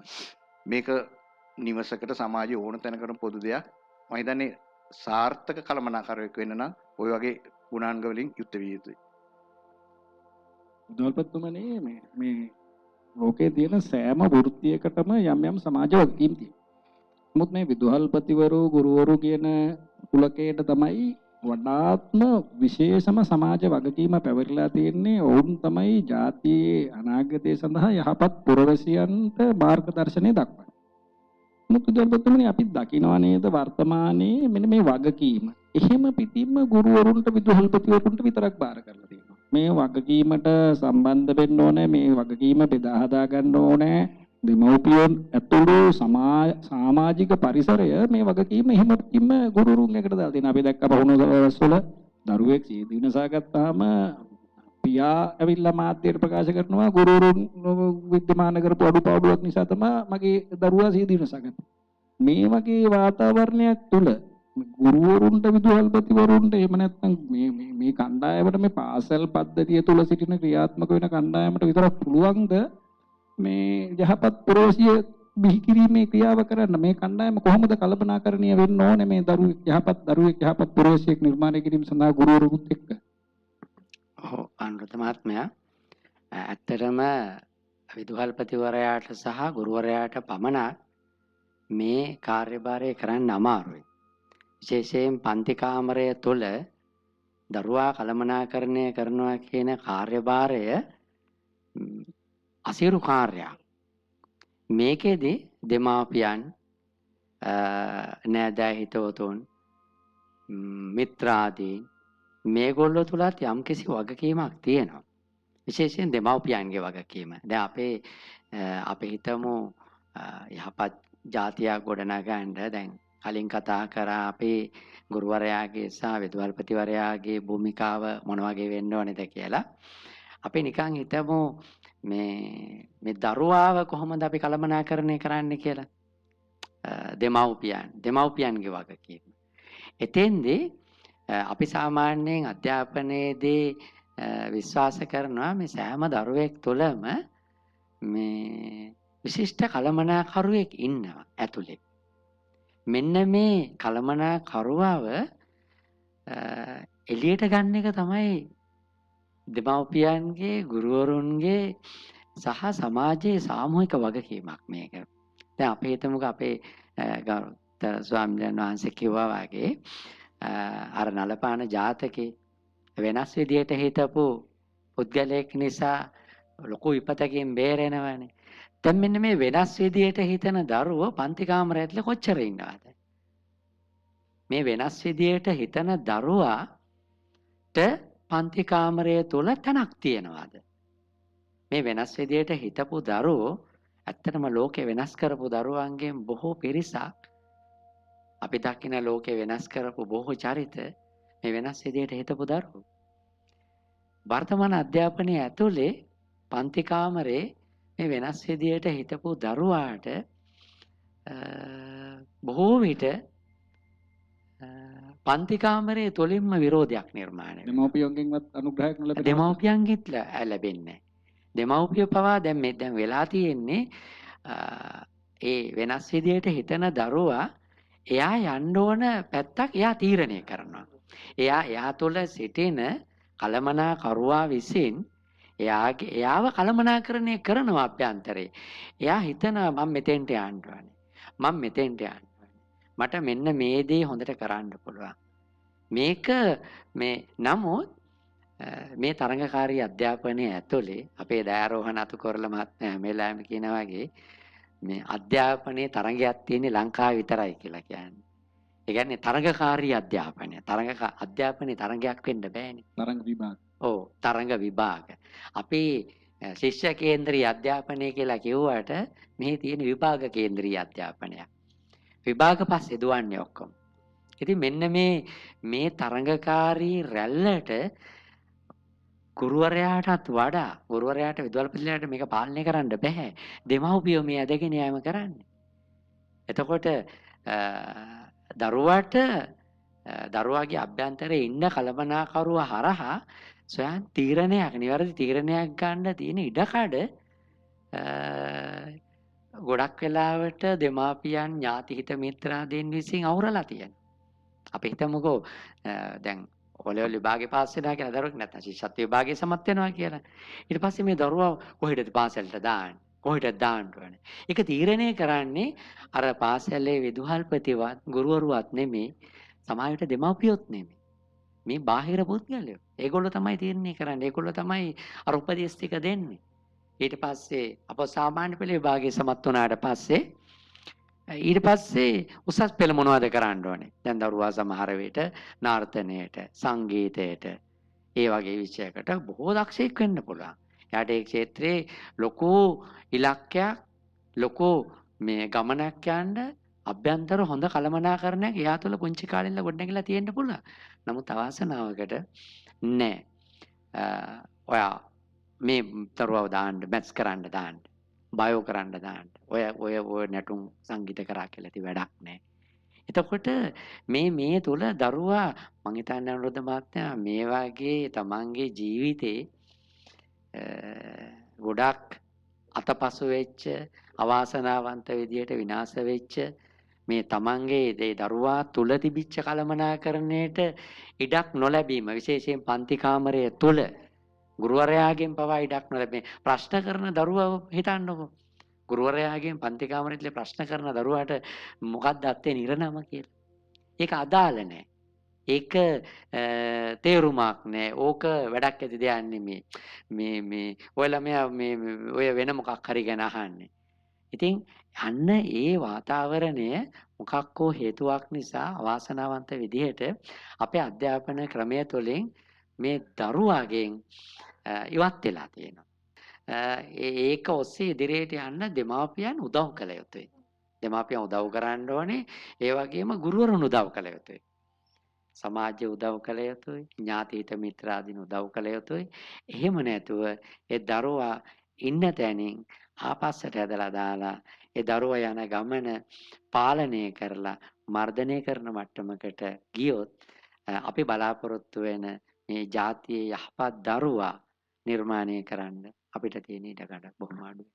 මේ අමුදුරනේ මේ සිංහාවලෝවාද සූත්‍රයේදී බුදුරජාණන් වහන්සේ දේශනා කරනවා නේද ඔය හා සම්බන්ධව මේ මා දෙවෝපියන්ගෙන් දරුවාට යුතුයකම් ඥාතීන්ට යුතුයකම් සම්බන්ධයෙන් ඔය විග්‍රහ කරන ඔය කාරණාව නේද අපි අමුදුරනේ මේ. ඔය අනිවාර්යයෙන්ම ඒක තියෙන්නේ මේ ලෝකේ විශිෂ්ටතම සමාජ විද්‍යාව. ඒ කියන්නේ එකිනෙකා අතර දිනු වෙන්න ඕන කරන මූලධර්මීය සාධකය තමයි ඒක කතා කරන්නේ. ඉගාල කියන තරුණයා ඉලක්ක කරගෙන මේ පුද්ගලානුබද්ධව දේශනා කරපු එකක් වගේ වෙනුණාට ඒක සමාජබද්ධව දේශනා කරපු කාරණාවක්. එතකොට දැන් ඔය අපේ විදුහල්පතිතුමා මතක් කළානේ මේ වෙනස් විදිහට හිතන්න ඕනේ කියලා. ඒ වෙනස් විදිහට හිතපොය තමයි ලෝකෙ වෙනස් කළේ කියලා. එතකොට ප්‍රශ්නේ තියෙන්නේ එතුමාම මතක් කළා මේ වෙනස් විදිහට හිතන අයට ඉඩක් නැහැ කියන එක. ඒ ප්‍රශ්නේ එන්නේ දැන් ඉගාලවා සූත්‍රයේදීම කතා කරන මේ මිනිස්සු බොහෝ වෙලාවට අයිතිවාසිකම් ගැන කතා කරනවා යුතුයකම් ගැන කතා කරන්නේ නැහැ. ඉගාලවා සූත්‍රයේ ඉස්සෙල්ලා පෙරට අරගෙන තියෙන යුතුයකම්. ඒ යුතුයකමත් එක්ක වගකීමක් තියෙනවා. වගේම වගවීමකුත් තියෙනවා. අයිතිවාසිකම් ඊට පස්සේ එන ඊටාම මේ 1 2 3 කියලා මේ දැම්මොත් එහෙම ඉලක්කම් පල්ලෙහෙන් තියෙන්නේ. ඔක්කොටම වඩා ඉහළින් තියෙන යුතුයකම් හා වගකීම් සහ වගවීම. එතකොට වෙනස් විදිහට හිතන්න ඉඩක් නැහැ. ඒ ඇතුලේ හිර කරලා තියෙන හන්දා. සිගාලවා සූත්‍රයේදී කලේ සිගාලට එයාට හිතන්න විදිහක් හදලා අච්චුවක් හරි ගස්සලා දීලා තිබුණා. අපිත් ළමයින්ට අච්චු හදලා දෙන්න විදිහවල පිටුනා. අච්චුවක් හදලා දීලා තිබුණා මෙහෙමයි කරන්න ඕන උදේ පාන්දර ගිහිල්ලා මෙහෙම නාන්න. නාන්නේ මේ පිරිසුදු දීමේ චේතනාවක් නෙවෙයි. අර සූර්ය නමස්කාරය කරන්න ආදී සමාජයේ කාලේ තිබිච්ච දේවල්. බුදුහාමුදුරුවෝ ඒ අච්චුවේ ඉඳගෙනම ඒක අතික්‍රමණය කරන්නේ කොහොමද කියන එක තමයි සිගාලට කියලා දුන්නේ. ඒ කියන්නේ වෙනස් විදිහට හිතන්න ඒක ඇතුලේ. දැන් සමහර තැනක ඔබ අහලා ඇති දැන් අපි ඉස්කෝලේක රචනාවක් ලියන්න දෙනවා. 4 පන්ති ළමයෙකුට කියන්නකෝ. රචනාවක් ලියන්න දුන්නාම ඒ රචනා අරගෙන බැලුවාම ඒ රචනාවල එක රචනාවක් තිබිලා තිබුණා. මොකද්ද තිබුණේ? අර පොල් ගහගෙන ලියන්න දීලා තිබුණේ. පොල් ගහගෙන අපි ලියන්නේ කොහොමද? ටීචර් අපිට දෙනවා මාතෘකාවක්. පොල් ගස. ඉතින් පට්ටම් ගන්නෙම වැඩි දෙනෙක් පොල් ගස වනාහි තාල වර්ගයේ ගස කියලා. ඒ රචනා ටික අතරේ එක රචනාවක් තිබුණා වෙනස් විදිහකට. පොල් ගහ වනාහි මහ පුදුම ගහක්. පොල් ගහ වනාහි මහ පුදුම ගහකි එක ගහෙන් ගස් දෙකක් හැදිය හැකි ගහකි. එක ගහක් නම් පොල් ගහය අනෙක් ගහ නම් මෝල් ගහය කියලා. දැන් අපි මේක දැක්කනම් එහෙම පිළිගන්නවද? පිළිගන්නේ නැහැ. පිළිගන්නේ නැහැ. ඒකට බැනලා මොනවා හරි කරනවා. ඒ වුණාට එදා යාට ඒ ගුරුවරයා මෙයා ඇතුලේ තියෙන අර අපි කිව්වේ අර කලමනාකරුවෙක් සතු වෙන්න ඕනේ සංගවුණු දක්ෂතා මතු කරලා ගන්න. බුදුහාමුදුරුවෝ අර ජේතවනාරාමේ පාලනය බාර දුන්නේ ඒ දක්ෂතා මතු කරලා ගන්න. ඒකට ඒ හැකියාව දැකලා මේ රචනාව අගය කළා. පස්සේ මේ රටේ විශිෂ්ටතම ලේඛකයෙක් බිහි වෙනවනේ W.A. සිල්වා කියලා. දැන් කවුද නොදන්නේ? ශිෂ්‍ය කේන්ද්‍රීය අධ්‍යාපනයට ගිහිල්ලා තමයි මේ විපත්ති අපිට උනේ. මේ ගුරු කේන්ද්‍රීය අධ්‍යාපනයේ තියෙනකොට මේ ඉගෙනගත්ත අයගේ පරිඥාන ස්වභාවයයි ඔය ශිෂ්‍ය කේන්ද්‍රීය අධ්‍යාපනයේ ඉගෙනගත්ත අයගේ පරිඥානයයි දෙක සංසන්දනය කරලා බලන්න කොහෙද තියෙන්නේ කියලා. ඒතකොට දැන් මේකෙදි ගුරුවරයා උදේ පන්තිය එළිය ගහක් කැරට අරගෙන පරිසරයේ විඳින්මින් කියා දෙනවා. කියා දෙනකොට එක ළමයෙක් පරක්කු වෙලා පොඩි පැටියෙක්. පරක්කු වෙලා ආවට පස්සේ ගුරුවරයා දඬුවම් දෙනවනේ. පරක්කු වෙලා ඉස්කෝලේ ඉන්න බෑනේ.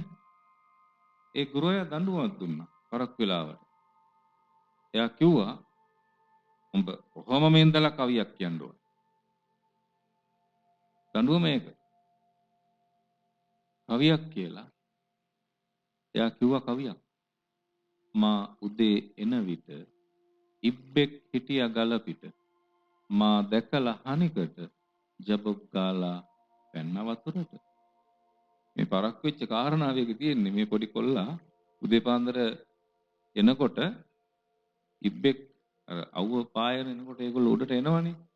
ඇවිල්ලා ඉඳලා මෙයා එන කලබලයට ඉබ්බා ඉන්නේ නැහනේ පැන්නා. බලන්නකෝ ඒ සිද්ධිය වාර්තා කරපු හැටි. ගුරුවරයා කිව්වා උඹ තමයි අනාගතයේ කවියා. එයා තමයි තිහාරියේ පීටර් පෙරේරා කියන්නේ. නොදන්න කෙනෙක් නැහැනේ. ඒ කියන්නේ අර සංගවුණු දක්ෂතා මතු කරලා ගන්න ඕනේ. ඒ වගේම ඒ දක්ෂතාව කලමනාකරුවා සතුව තියෙන්න ඕනේ බුදුහාමුදුරුවෝ මතක් කරපු උගන්වපු කාරණාව තමයි ඒ කලමනාකරුවා බවට එයාපත් කරන්න. දැන් මේ සාමාන්‍ය මේ තියෙන කලමනාකරන රටාවේදී අපේ මහත්තයා කලමනාකරුවා කරන්න නෙමෙයි කලමනාකරණය කියන්නේ මොකක්ද කියලා කියා දෙන්නයි තියෙන්නේ. කලමනාකරණය කියන්නේ මොකක්ද කියලා කියා දෙන එකනේ තියෙන්නේ අපිට දැන්. හැබැයි කලමනාකරුවෙක් කරන්න ඒ කියන්නේ කලමනාකරුවා වීම ඉතින් බුදුහාමුදුරුවෝ ඒක ආදර්ශයෙන් පෙන්වුවානේ. අපි ඕනම කෙනෙකුට බුදුහාමුදුරුවෝ වෙන්න බැරිද? දැන් සමහර ආගම් තියෙනවනේ. ඉගැන්වීම් තියෙනවනේ, දර්ශනයන් තියෙනවනේ. ඒවායේ දෙවියන් වහන්සේ වෙන්න කාටවත් බෑනේ. දෙවියන් වහන්සේ තුරුලට යන්න පුළුවන්. දෙවියන් වහන්සේ වෙන්න බෑනේ. අපි බුදුහාමුදුරුවෝ තුරුලට යන්න ඕනේ නැහැ. අපිට බුදුහාමුදුරුවෝ වෙන්න පුළුවන්. ඒ මාර්ගය හදලා දීලා තියෙන්නේ. එතකොට තමන් බවට පත් වෙන්න පුළුවන් ක්‍රමයක් තමයි කලමනාකාරීත්වය කියලා, නිසි කලමනාකරණය කියලා කියන්නේ. ඒ කලමනාකරණය කියන එකට මුලින් දැන් එකතු වෙලා තියෙනවා නිසි කලමනාකරණය කියලා. එතකොට ඒක ඇතුළෙම තියෙනව නේද? අනිසි කලමනාකරණය කියලා හැකුත් තියෙනවා කියලා. ඒ නිසා ඒකෙදි කියනවා අනුගාමිකයෙක් නෙවෙයි තමන්ම වෙන්න. තමන්ම වෙන්න කියන ඉගැන්වීම අපිට කියලා දෙනවා. ඒ හදාගන්න බැරි වෙලා තියෙන අපේ මහත්තයා විදුහල්පතිතුමා මතක් කළා වගේ අච්චුවක් හදලා දීලා ඒක ඇතුළට දාලා කියනවා හිතන්න කියලා. එතකොට කවදාකවත් ඒකෙන් එළිය හිතන්නේ නැහැ. ඉතින් එහෙම කෙනෙක් පුංචි කාලේ ඉඳලම හැදෙන්න දෙන්න ඕනේ අර අච්චුවෙන් එළියේ. ඒ කියන්නේ මේ අපිට මේ කියලා දීපු දේ ඒ විදිහටම හරි කියලා තේරුම් ගන්න පිළිගන්න ඒ අනුව කටයුතු කරන්න කියලා පෙළඹවීමක් තියෙනවා. ඒ පෙළඹවීම ඇතුලේ තමයි අර එකතැන පල් වෙච්ච කලමනාකරුවෙක් කියන එක්කෙනෙක් හැදිලා තියෙන්නේ. ඒ නිසා ඒක වෙලා තියෙන්නේ කලමනාකරන මූලධර්ම උගන්වනවා, කලමනාකරණය යනු කුමක්ද උගන්වනවා, කලමනාකරුවෙක් හදන්නේ නැහැ. සමහර විට එහෙම ඇදුවොත් තමන් තැන නැති වෙන්න පුළුවන් කියලා හිතනවත් දන්නේ නැහැ. ඉතින් ගුරුවරු කියලා කියන්නේ ඕවර්ටැක් කරන්න උගන්වන එක. මේ ලෝකේ වෙන කිසිම ජොබ් එකක ඕවර්ටැක් කරන්නේ නැහැ. ඒ ජොබ් කරන හන්දා. ගුරුවරයා දැන් ඔය මේ ඔබතුමා මතක් කරපු දැන් ගුරුවරුන්ට චෝදනා කරන මේ ප්‍රශ්න තියෙනවනේ. ඒ ජොබ් එකක් කරන අයට ඒ චෝදනා කරන්නේ. ගුරුවරයා ඕනෑම කාරණාවක් සතුව සරච්චන්ද්‍ර මහත්තයා ජොබ් එකක් තියෙනවා. දැන් ඔබතුමාලා ජොබ් එකක් කරනවා. හැබැයි එයා ඉක්මවා ගිය රෝල් එකක් තියෙනවා. භූමිකාව. ජොබ් and රෝල් කියන්නේ එකක් නෙවෙයි දෙකක්. ජොබ් එක විතරක් කරන මිනිස්සු ඉන්න තැන්වල ඉන්න අමාරු. ඒ ජොබ් එකයි රෝල් එකයි දෙකම තියෙනකොට ඒ තැන දියුණු වෙනවා පහසුයි. ඒ නිසා ගුරුවරයා සතුව වර්තමානයේ කාලේ ඔය දැන් කියන විදිහට මේ කලාප කාර්යාලයෙන් හරි මේ පළාත් කාර්යාලයෙන් හරි එහෙම නැත්නම් අධ්‍යාපන අමාත්‍යාංශ වලින් හරි ඒ නිර්දේශ කරලා එවන කාරණා කරන්න විතරයි යාට මේ ඒගොල්ලෝ බලාපොරොත්තු වෙන්නේ. අලුතෙන් හිතන කෙනෙක් හදන්න කියලා මේ ගුරුවරුන්ට කිව්වොත් එහෙම මේ ප්‍රතිඵල ඊට වැඩිය හොඳ වෙනවා. ඒ නිසා ඒ ජොබ් එකට අමතරව රෝල් එක කරන ගුරුවරු අතර ඒ අය සදානුස්මරණීයයි. ඒ අයට පුළුවන් සමාජය වෙනස් කරන්න, පුද්ගලයා වෙනස් කරන්න ඒ සියල්ලම කරලා පෙන්නවා ලෝතර බුදුරජාණන් වහන්සේ. මෙහෙම තියෙනවා ධම්මපදේ හරි ලස්සන අදහසක්. උදකං හි නයන්ති නෙත්තිකා උසුකාරා නමයන්ති තේජනං දාරුන් නමයන්ති තච්චකා අත්තානන් දමයන්ති පණ්ඩිතා. දියාලුවෝ තමන් කැමති තැනකට ජලය අරගෙන යනවා. නැත්නම් එයාට දියාලුවා කියලා කියන්නේ නැහැ. ඒ කියන්නේ මේ ජල කළමනාකරුවා. වාරි මාර්ග ඉංජිනේරුවා කියලා කියන්නේ අපි. එතකොට එයාට පුළුවන් වෙන්න ඕනේ ඕනෑම තැනකට වතුර අරන් යන්න. නැත්නම් එයා වාරි මාර්ග ඉංජිනේරුවෙක් නෙවෙයි. ඒක පොදුනේද? පල්ලමකද? පැනිතලා භූමියකද? අනේ කන්ද උඩට අරන් යන්න බෑ. වගේ එකක් එහෙම කියන්න බෑ. එහෙමනම් එයා ඒ කියන විෂයට අසමත් කෙනෙක්. එතකොට දියාලුවා හෙවත් වාරි මාර්ග කළමනාකරුවා තමන් කැමති තැනකට ජලය අරගෙන යන්න පුළුවන් කෙනා වෙන්න ඕනේ. ඒ වගේම ගස් ගැන හිතන්නකෝ. ඒ ගස් ඔක්කොම එක එක විදිහට ඇදට දිගට පළලටනේ තියෙන්නේ. ඒවා තමන්ට ඕනේ විදිහට නමලා දිගෑරලා හැඩ දාලා උපකරණ හදන්න පුළුවන් වෙන්න ඕනේ වඩුවෙකුට. දැන් මේ අපි ඉඳගෙන ඉන්න මේ ගහකනේ ගහක කොටස් වල ඉඳගෙන ඉන්නේ. එතකොට මේක මෙහෙම තිබුණේ නෑනේ. දක්ෂ වඩුවෙක් තමන්ට ඕනේ විදිහට මේක නිර්මාණය කළා. ඒකට එතකොට අපි කියනවා පුටුව කියලා. මේක ඉස්සෙල්ලා ගහක්නේ. ගහක් හෝ ගහක කොටස්නේ. එතකොට එයාට එහෙම පුළුවන් වෙන්න ඕනේ. ඒ වගේම ආයුධ හදන්නේ ඒ කියන්නේ යකඩ වැඩ කරන්න අය ඕනෑම යකඩයක් නමලා රත් කරලා දිගෑරලා තලලා හදන්න පුළුවන් වෙන්න ඕනේ තමන්ට ඕනේ කරන දේ. අපි පිහියක් දෙන්න කියලා කිව්වොත් යකඩ කෑල්ලක් ගෙනහිල්ලා එයාට පිහිය දෙන්න පුළුවන් වෙන්න ඕනේ. උදැල්ලක් හදලා දෙන්න පුළුවන් වෙන්න කිව්වොත් මේ උදළු නම් හදන්න බෑ මෙහෙ කියලා කියන්න බෑ කම්මල් කරුවෙකුට. එයා ඒක දැනගෙන ඉන්න ඕනේ. ඒ නිසා ඒ වගේම කියන්නේ දියාලුවෙක් තමන් කැමති තැනකට ජලය අරගෙන යනවද? ඒ වගේම දක්ෂ වඩුවෙක් තමන් කැමති විදිහට දැව වලින් නිර්මාණ කරනවද? ඒ වගේම යකඩ වැඩ කරන්නේ තමන් කැමති විදිහට ඒ යකඩ නවලා දිගෑරලා රත් කරලා ආයුධ හදා ගන්නවද? ඒ වගේ යම් කෙනෙක් හිත කලමනාකරණය කරගත්තොත් අත්තානන්දමයන්ති පණ්ඩිතා තමන්ගේ ආත්මයව ජීවිතය දිනන්න පුළුවන් කියලා කියන්නේ. ජීවිතයක් පරාද වෙන්නෙම හිත පාලනය කරගන්න බැරි වුණාම. එතකොට හිත පාලනය කරගන්න නම් ආසේවිතාය, භාවිතාය, බහුලීකතාය වඩන්න ඕනේ, අභ්‍යාස කරන්න ඕනේ, ඒක හදාරන්න ඕනේ. ඒ කියන්නේ හිත කියවන්න පටන් ගන්න ඕනේ. තමන් ඇතුලේ තියෙන එක. හිත කියවන්න ප්‍රමුඛත්වය සහ ඒ හැකියාව වර්ධනය කරගන්නේ කොයි තරමින්ද? ඒ තරමින් දිනන්න පුළුවන්. ඒ තරමින් කර්මනාකරුවෙක් වෙන්න පුළුවන්. ඒ තරමින් දියුණු පුද්ගලයෙක් වෙන්න පුළුවන්. දියුණු විතරක් නෙවෙයි සාර්ථක පුද්ගලයෙක් වෙන්නත් පුළුවන්. වෙන මොකුත් තුනේ නැතත් ප්‍රශ්නයක් නැහැ. සාර්ථක මිනිසෙක් වුණාම ඒක ඇතුලේ අර පිටිපස්සේ ඔක්කොම තියෙනවා. එතකොට සාර්ථකයි කියලා කියන්නේ ඔය කියපු හිත මනවින් කලමනාකරණය කරගත් එක්කෙනාට. බලන්නකො කොයිතරම් කලමනාකරණයක් එතන තියෙනවද කියලා. එහෙම උඩා කරගෙන බැලුවාම ඒක ඇතුලේ ඒ කාරණාව හදාරනකොට එන්ලාජ් වෙන්න පුළුවන්. දැන් මේ ප්‍රශ්නේ වෙලා තියෙන්නේ අපේ හිතේ තියෙන කුඩා බව ඇතුලේ ඉඳගෙන අපි හිතන්න පුරුදු වෙලා තියෙනවා. හිතේ තියෙන කුඩා බව බුදුහාමුදුරුවෝ කලේ එන්ලාජ් වෙන්න පුළුවන් කියලා ඉලක්කයක් තියෙනවා තිබ්බා. එතෙන්ට යනකම් බෑ. ඔය සමහර අය මෙහෙම කියනවනේ. දැන් මේ අපි කතා කරන මාතෘකාවල් සමහර කෙනෙකුට ගැඹුරුයි කියලා කියන්න පුළුවන්. ඉතින් මෙහෙමයි. මේ ගැඹුරට යන්නේ නැතුව නවරත්න හම්බ වෙන්නේ නැහැ. වෙරළදී හම්බෙන්නේ සිප්පි කටු වගේ දේවල් තමයි. ගැඹුරට යන්න ඕනේ වටිනා දේවල් හම්බ වෙන්න කියලා. ඒක කරන්න නම් භාවිත කරන්න ඕනේ කුමක්ද? හිත. හිත පාවිච්චි කරන්න ඕනේ. දැන් හිත පාවිච්චි කරන්නේ ඔහෙ තියෙනවා. හිතට ඕනේ විදිහට හිතෙන්ද ඉඩ ඇරලා තියෙනවා.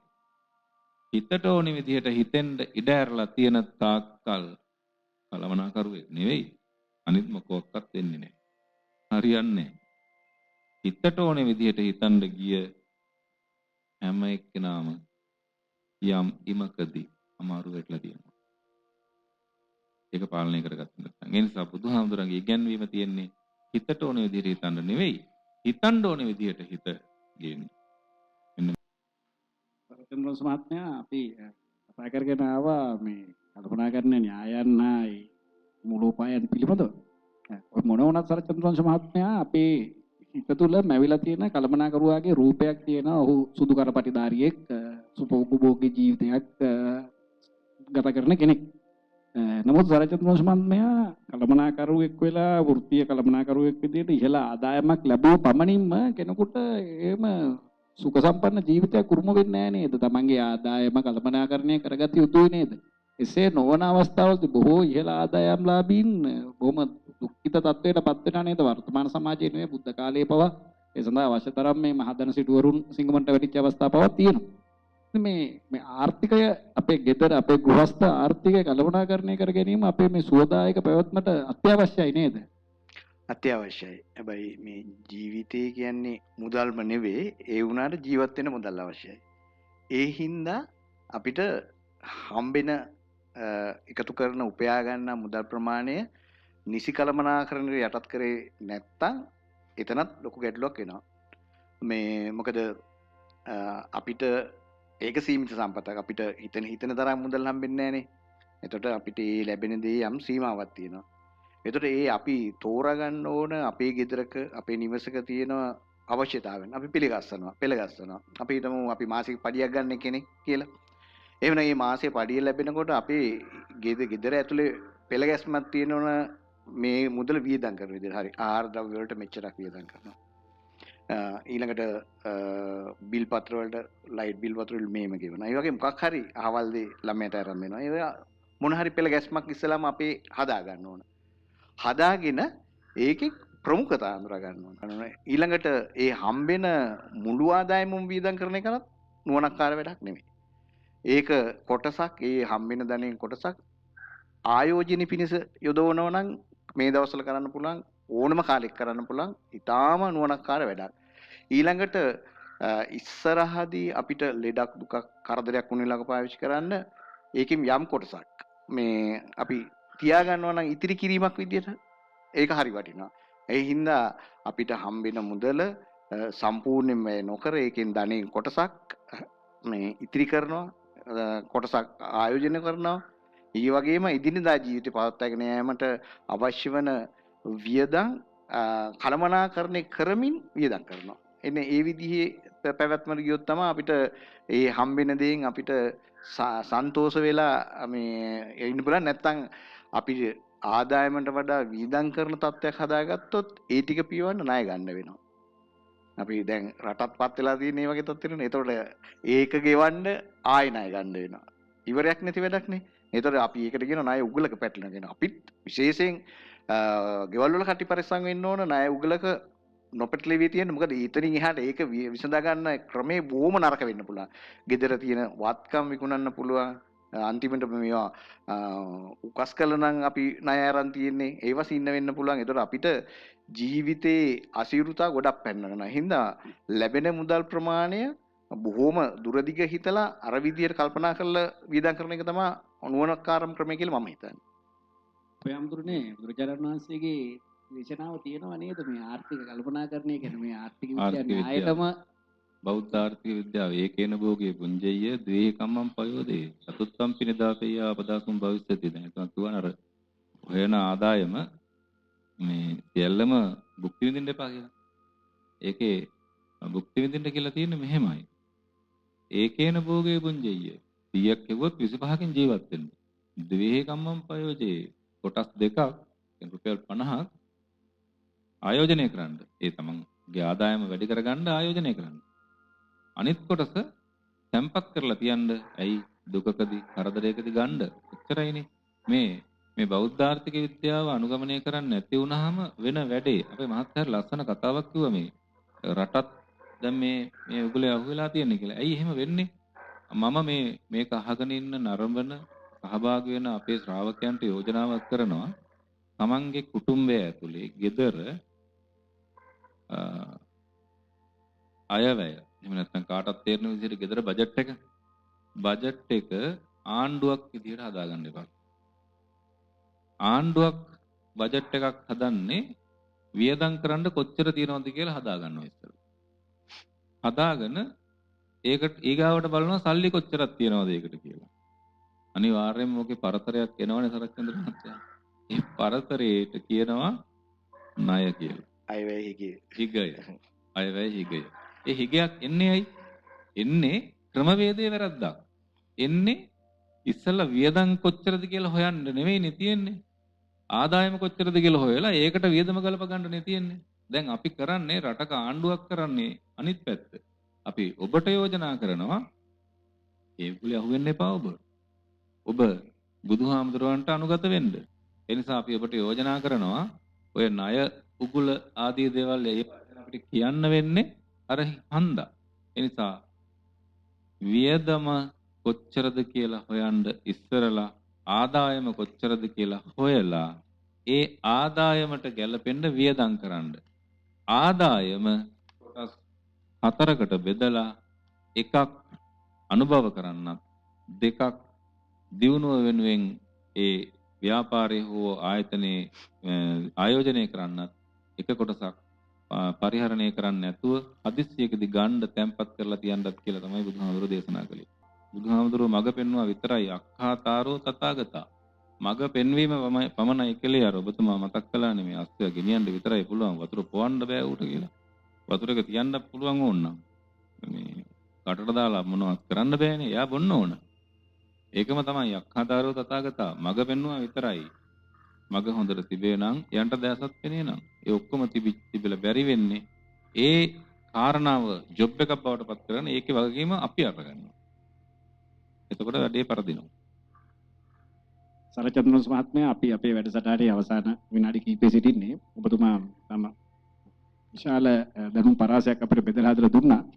සරචන්ද්‍ර මහත්මයා මේ ඔබතුමාගේ අදහස් දැක්වීම නිසාම සමහරක් විට මේ වැඩසටහනට සවන් දීපු බොහෝ දිනකට මේ කල්පනා කරන ශාස්ත්‍රයට යොමු වෙන්නට සිත් පහළ වෙන්නේ. ඒ නැතත් කල්පනා කරන ශාස්ත්‍රයේ Tamanගේ වෘත්තීය ඒ අධ්‍යාපන පැවැත්ම සාර්ථක කරගන්න යම් උපදෙසක් දුන්නොත් මේ අවසන් විනාඩි කිහිපෙත් මම හිතනවා අපි කාටත් වැදගත් වෙයි කියලා. මේක අවසන් මිනිත්තුක පින්න මට මේ ටික කියන්න ඕන. අපි මම කතා කරේ මේ උදේ ඉඳල්ම මේ වැඩසටහන ආරම්භයේ ඉඳල්ම කලමනාකරුවෙක් කිව්වම ව්‍යාපාරික ඇසින් බලලා. ඒ වුණාට පොඩ්ඩක් හොඳට කල්පනා කරලා බැලුවොත් මේ කතා කරන මේ ඇහුම්කන් දෙන අපි ඔක්කොමලා කලමනාකරුවෝ. අපේ ගෞරවනීය ස්වාමින් වහන්සේ පන්සල් කළමනාකරණය කරනවා. ඒ ආශ්‍රිත ගම කළමනාකරණය කරනවා. විදුහල්පතිතුමා පාසල කළමනා කරනවා. ඒ වගේම මේ කාන අම්මලා තාත්තලා තමන්ගේ ගෙවල් ඒ කුටුම්බ කළමනාකරණය කරනවා. එතකොට මේ කහන දුවදැරියෝ ඒගොල්ලොන්ට තියෙනවා ඒගොල්ලොන්ට අධ්‍යාපනය කළමනා කරන්න. එතෙන්දී මේ කාල කළමනාකරණ ඉතා වැදගත්. ඒ වගේ ඒ බලපුවාම අපිට උපතේ ඉඳලා සාමාන්‍ය දෙයක් ලෝකේ ගැන දැනෙන්න පටන් අරන් තමන් වැඩ කරන්න පටන් ගන්නකොට එතන ඉඳලා විපත දක්වාම කළමනාකරණය කියන එක හැම අස්සක් මුල්ලකම තියෙනවා. අපිට ඕන දෙයක් කළමනාකරණයට හසු කර ගන්න පුළුවන්. විශේෂයෙන් අපි ස්වාමීන් වහන්සේ දේශනා කරපු විදිහට හිත කළමනාකරණය කරන ගැනීම අනිත් ඔක්කොටම වඩා වැදගත්. හිත කළමනාකරන අපි මේකේ මාතෘකාව දෙලොවට වැඩ පිණිස කළමනාකරණය. එතකොට අපිට අපි අනිත් ලෝවේ අපිට නොපෙනෙන ලෝවේ ඊළඟට යන්න තියෙන ලෝවේ කළමනාකරණය කර ගැනීම සඳහා අවශ්‍ය අඩිතාලම මේ දැන් මේ අපි ගත වෙන මේ තප්පරේ මේ අද දිනේ ඒක දාගෙන ඒ සඳහා අවශ්‍ය සැලැස්ම හදාගෙන ඒක හරියට කළමනාකරන කරගෙන ඒවා අපි ළඟා කර ගැනීමට උත්සාහ කරමු කියලා යෝජනා කරනවා. ස්තුතියි. විදුහල්පතිතුමනි ඔබතුමා මේ අපේ අවධානයෙන් තරමක් දුරස්තව තිබිච්ච මානයන් රාශියක් කරා විශේෂයෙන්ම අපි ස්පර්ශ කර යුතු මානයන් රාශියක් කරා ඔබතුමා අපිව රැගෙන ගියා. ඒ වගේම ඔබතුමා යම් අනතුරු එංගවීමක් කළා මේ අනාගතයේ මේ උණ පෞරුෂ දරුවන් බිහිවීම තුළින් ජාතියකම පැවැත්මට යම් අඩාල වීමක් බාධා වීමක් සිද්ධ වෙන්න පුළුවන් කියලා. ඒ වගේම විදුහල්පතිතුමනි අපිට බලාපොරොත්තු වෙන්න බෑ මේ தત્ත්වය කිසිවෙකු ප්‍රාතිර්භූත වී ක්ෂණිකව මේ தત્ත්වය වෙනස් කර නැවුම් සමාජ වාතාවරණයක් ඇති කරයි කියලා. නමුත් අපිට ස්කන් පියාගෙන මේ தত্ত্বය ඉවසාගෙන ඉන්නත් බෑ. අපි යමක් කළ යුතුයි නේද විදුහල්පතිතුමනි මේ අපේ දරුවන් නිසි පෞරුෂය සහිත දරුවන් ලෙස සමාජයට දායාද කරන්න අපි යමක් කළ යුතුයි නේද? අපිට ගෘහස්ත මට්ටමින් නෝ පාසල් මට්ටමින් නෝ අපිට කොහොමද මේ වැඩපිළිවෙල ආරම්භ කරන්න ඕනේ? ඔව් අනුරුද්ධ මහත්මයා ලෝකේ බිහි වෙච්ච ශ්‍රේෂ්ඨතම කළමනාකරුවා බුදුන් වහන්සේ. ඒ වගේම ලෝකේ ශ්‍රේෂ්ඨතම ගුරුවරයාත් බුදුරජාණන් වහන්සේ. එහෙමනම් මේ ශ්‍රේෂ්ඨ බුදුදහම බෞද්ධ දර්ශනය බෞද්ධ චින්තනයේ කේන්ද්‍ර කොටගත් ඉතිහාසයක් සભ્યත්වයක් ශිෂ්ටාචාරයක් අපිට තියෙනවා. දැන් මම පොඩි සරල උදාහරණයක් ගත්තොත් අපේ අනුරාධපුර ශිෂ්ටාචාරයේ ඒ ජලාශයත ශිෂ්ටාචාරයේ ජල කළමනාකරණය ගැන හිතන්නකෝ. ඒක මොන තරම් දියුණු ශිෂ්ටාචාරයක්ද? ඒක ඇතුලේ තිබිච්ච වාස්තු විද්‍යාව, සාහිත්‍යය, කලාව මේ සියල්ල කළමනාකරණය කරන්න පුළුවන් දැවැන්ත අධ්‍යාපනයක් අපිට තිබුණා. මේ අපි ඒක චුට්ටක් අතහැරලා දාලා ඒක අමතක කරලා දාලා වගේ තියෙන්නේ.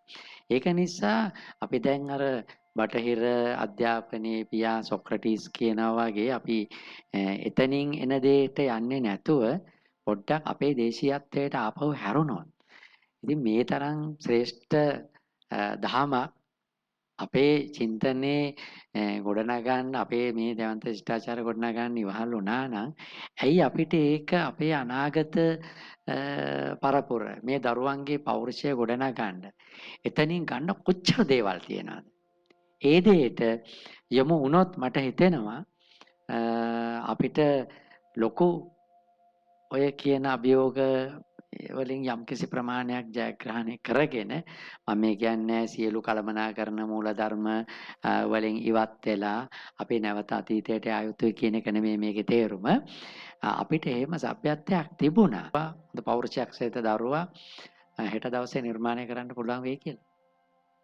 අපේ ආමන්ත්‍රණේ අපි පුරුදු පරිදිම ආමන්ත්‍රණය කරමින් සිටින්නේ ඇතුව අන්දයන්සේ කන්නැතුව බිහිරන්සේ සිටින කණ්ඩායමට නෙවෙයි. අපි ආමන්ත්‍රණය කරන්න උත්සාහ කරේ මේ නේත්‍රාලෝක වැඩසටහන ආරම්භයේ සිටම තමන් ලද අස්කන් නිසි ලෙස බුද්ධියෙන් කල්පනාකරණය කරගෙන මිත්‍යාව වෙනුවට සත්‍යයත් අවිද්‍යාව වෙනුවට විද්‍යාවත් වැළඳ ගන්න උත්සාහ කරන කණ්ඩායමට අපේ හැමතුරනේ අපිට ඉතිරලා තියෙන ඊටාම කෙටි වෙලාව ඔවුන්ගේම යහපත ඔවුන්ටම මේ කල්පනාකරන ක්‍රමවේදය බුදුරජාණන් වහන්සේ දේශනා කරන කල්පනාකාර ක්‍රමවේදය තුලින් යහපතක් සාන්තියක් උදා කර ගැනීමටම ඔබ වහන්සේගේ දේශනාව පවත්වන ලෙස තම ගෞරවණීය ඉල්ලා සිටිනවා.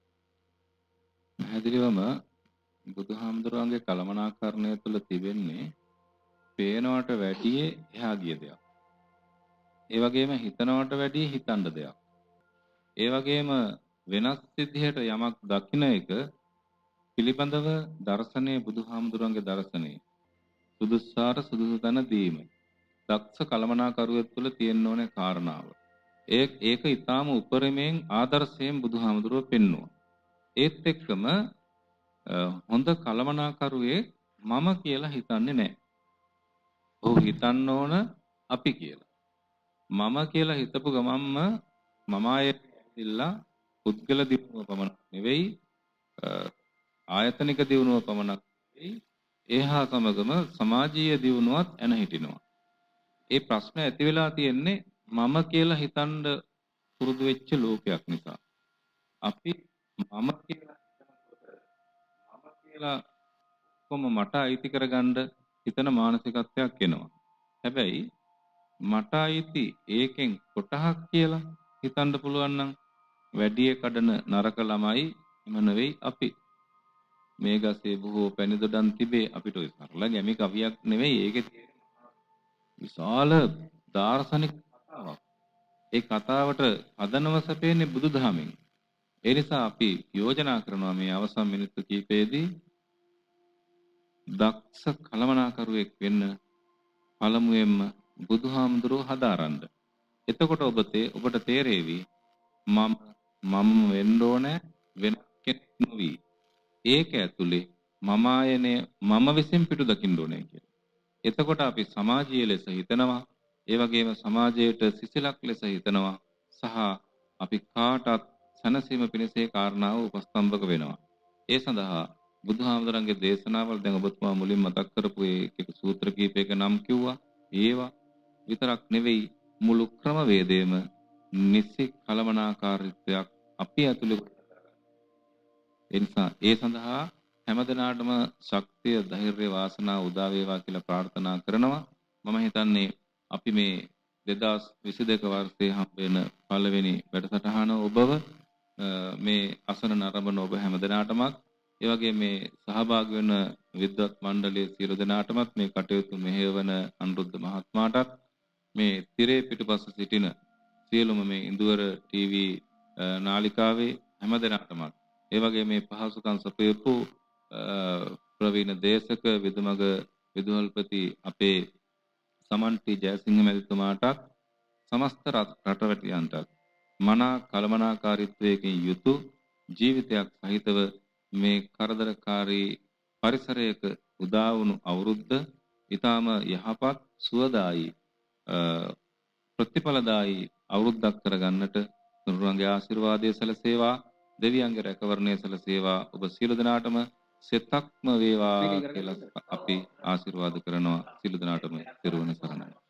එසේනම් අදට නියමිත නේත්‍රාලෝක වැඩසටහන අවසන් කරන්නටයි අපේ මේ සූදානම. අද අපේ වැඩසටහන සඳහා වැඩමව වදාළ පොත්තිනිය සුදත්ත නායක ස්වාමින් වහන්සේ පුරුදු පරිදි ඔබ වහන්සේගේ පද පෙළි තුනකින් සමන්විත නාම විශේෂණ වලින් තොරව හඳුන්වා දීමේ ඒ විශිෂ්ට අනතිමානීය ගුණයට විශේෂයෙන්ම নমස්කාර කරමින් වහන්සේගේ වටිනා කාලය සහ දැනුම අප වෙත ප්‍රදානය කිරීම පිළිබඳව අපි තාමත් පුතවේදීව පුණ්‍ය අනුමෝදනා කරනවා මේ වැඩසටහන සඳහා සහභාගී වීම පිළිබඳව. එසේම සබර්ගුම පළාත් ලංකා ගණිත තෙල් නීතිගත සංස්ථාවේ ජ්‍යෙෂ්ඨ කල්පනාකාර සරත් චන්ද්‍රවංශ මහත්මයා ඔබතුමාටත් බෙහෙවින් ස්තුතිවන්ත වෙනවා. අපේ වැඩසටහන වෙනුවෙන් ඔබතුමාගේ වටිනා කාලය හා දැනුම අප සමග බෙදා හදා ගැනීමට එක්වීම පිළිබඳව. දෙහියෝවිට පල්ලේ කණුගල කනිෂ්ඨ විද්‍යාලයේ විදුහල්පති චන්දන තිලකසිරි මහත්මයා ඔබතුමාටත් අපි ඉතාමත් ස්තුතිවන්ත වෙනවා. ඔබතුමාගේ වටිනා කාලය හා දැනුම විවිධ මානයන් ඔස්සේ අප වෙත ප්‍රේෂණය කිරීම පිළිබඳව. ඒ වගේම අපි ඔබතුමාට ඉතාමත් ගෞරවපූර්වක ස්තුතියක් පුද කරනවා. වැසී යාමට නියමිතව වැසී යාමේ ලැයිස්තුවේ තිබූ පාසලක් විශිෂ්ට පාඨශාලාවක් ශාස්ත්‍රාලයක් බවට පත් කිරීමට පසුගිය අවුරුදු 25කට ආසන්න කාලයක් ඔබතුමා විතු කරන ලද ඒ විශිෂ්ට ජාතික මෙහෙවරට ඔබතුමාගේ පාසල හා සම්බන්ධ ඉදිරි කටයුතු सर्व प्रकारेම සාර්ථක වේවා කියලා ප්‍රාර්ථනා කරමින් අපි ඉතාමත්ම ස්තුතිවන්ත වෙනවා අපේ වැඩසටහන වෙනුවෙන් සහභාගී වෙ පිළිවෙල.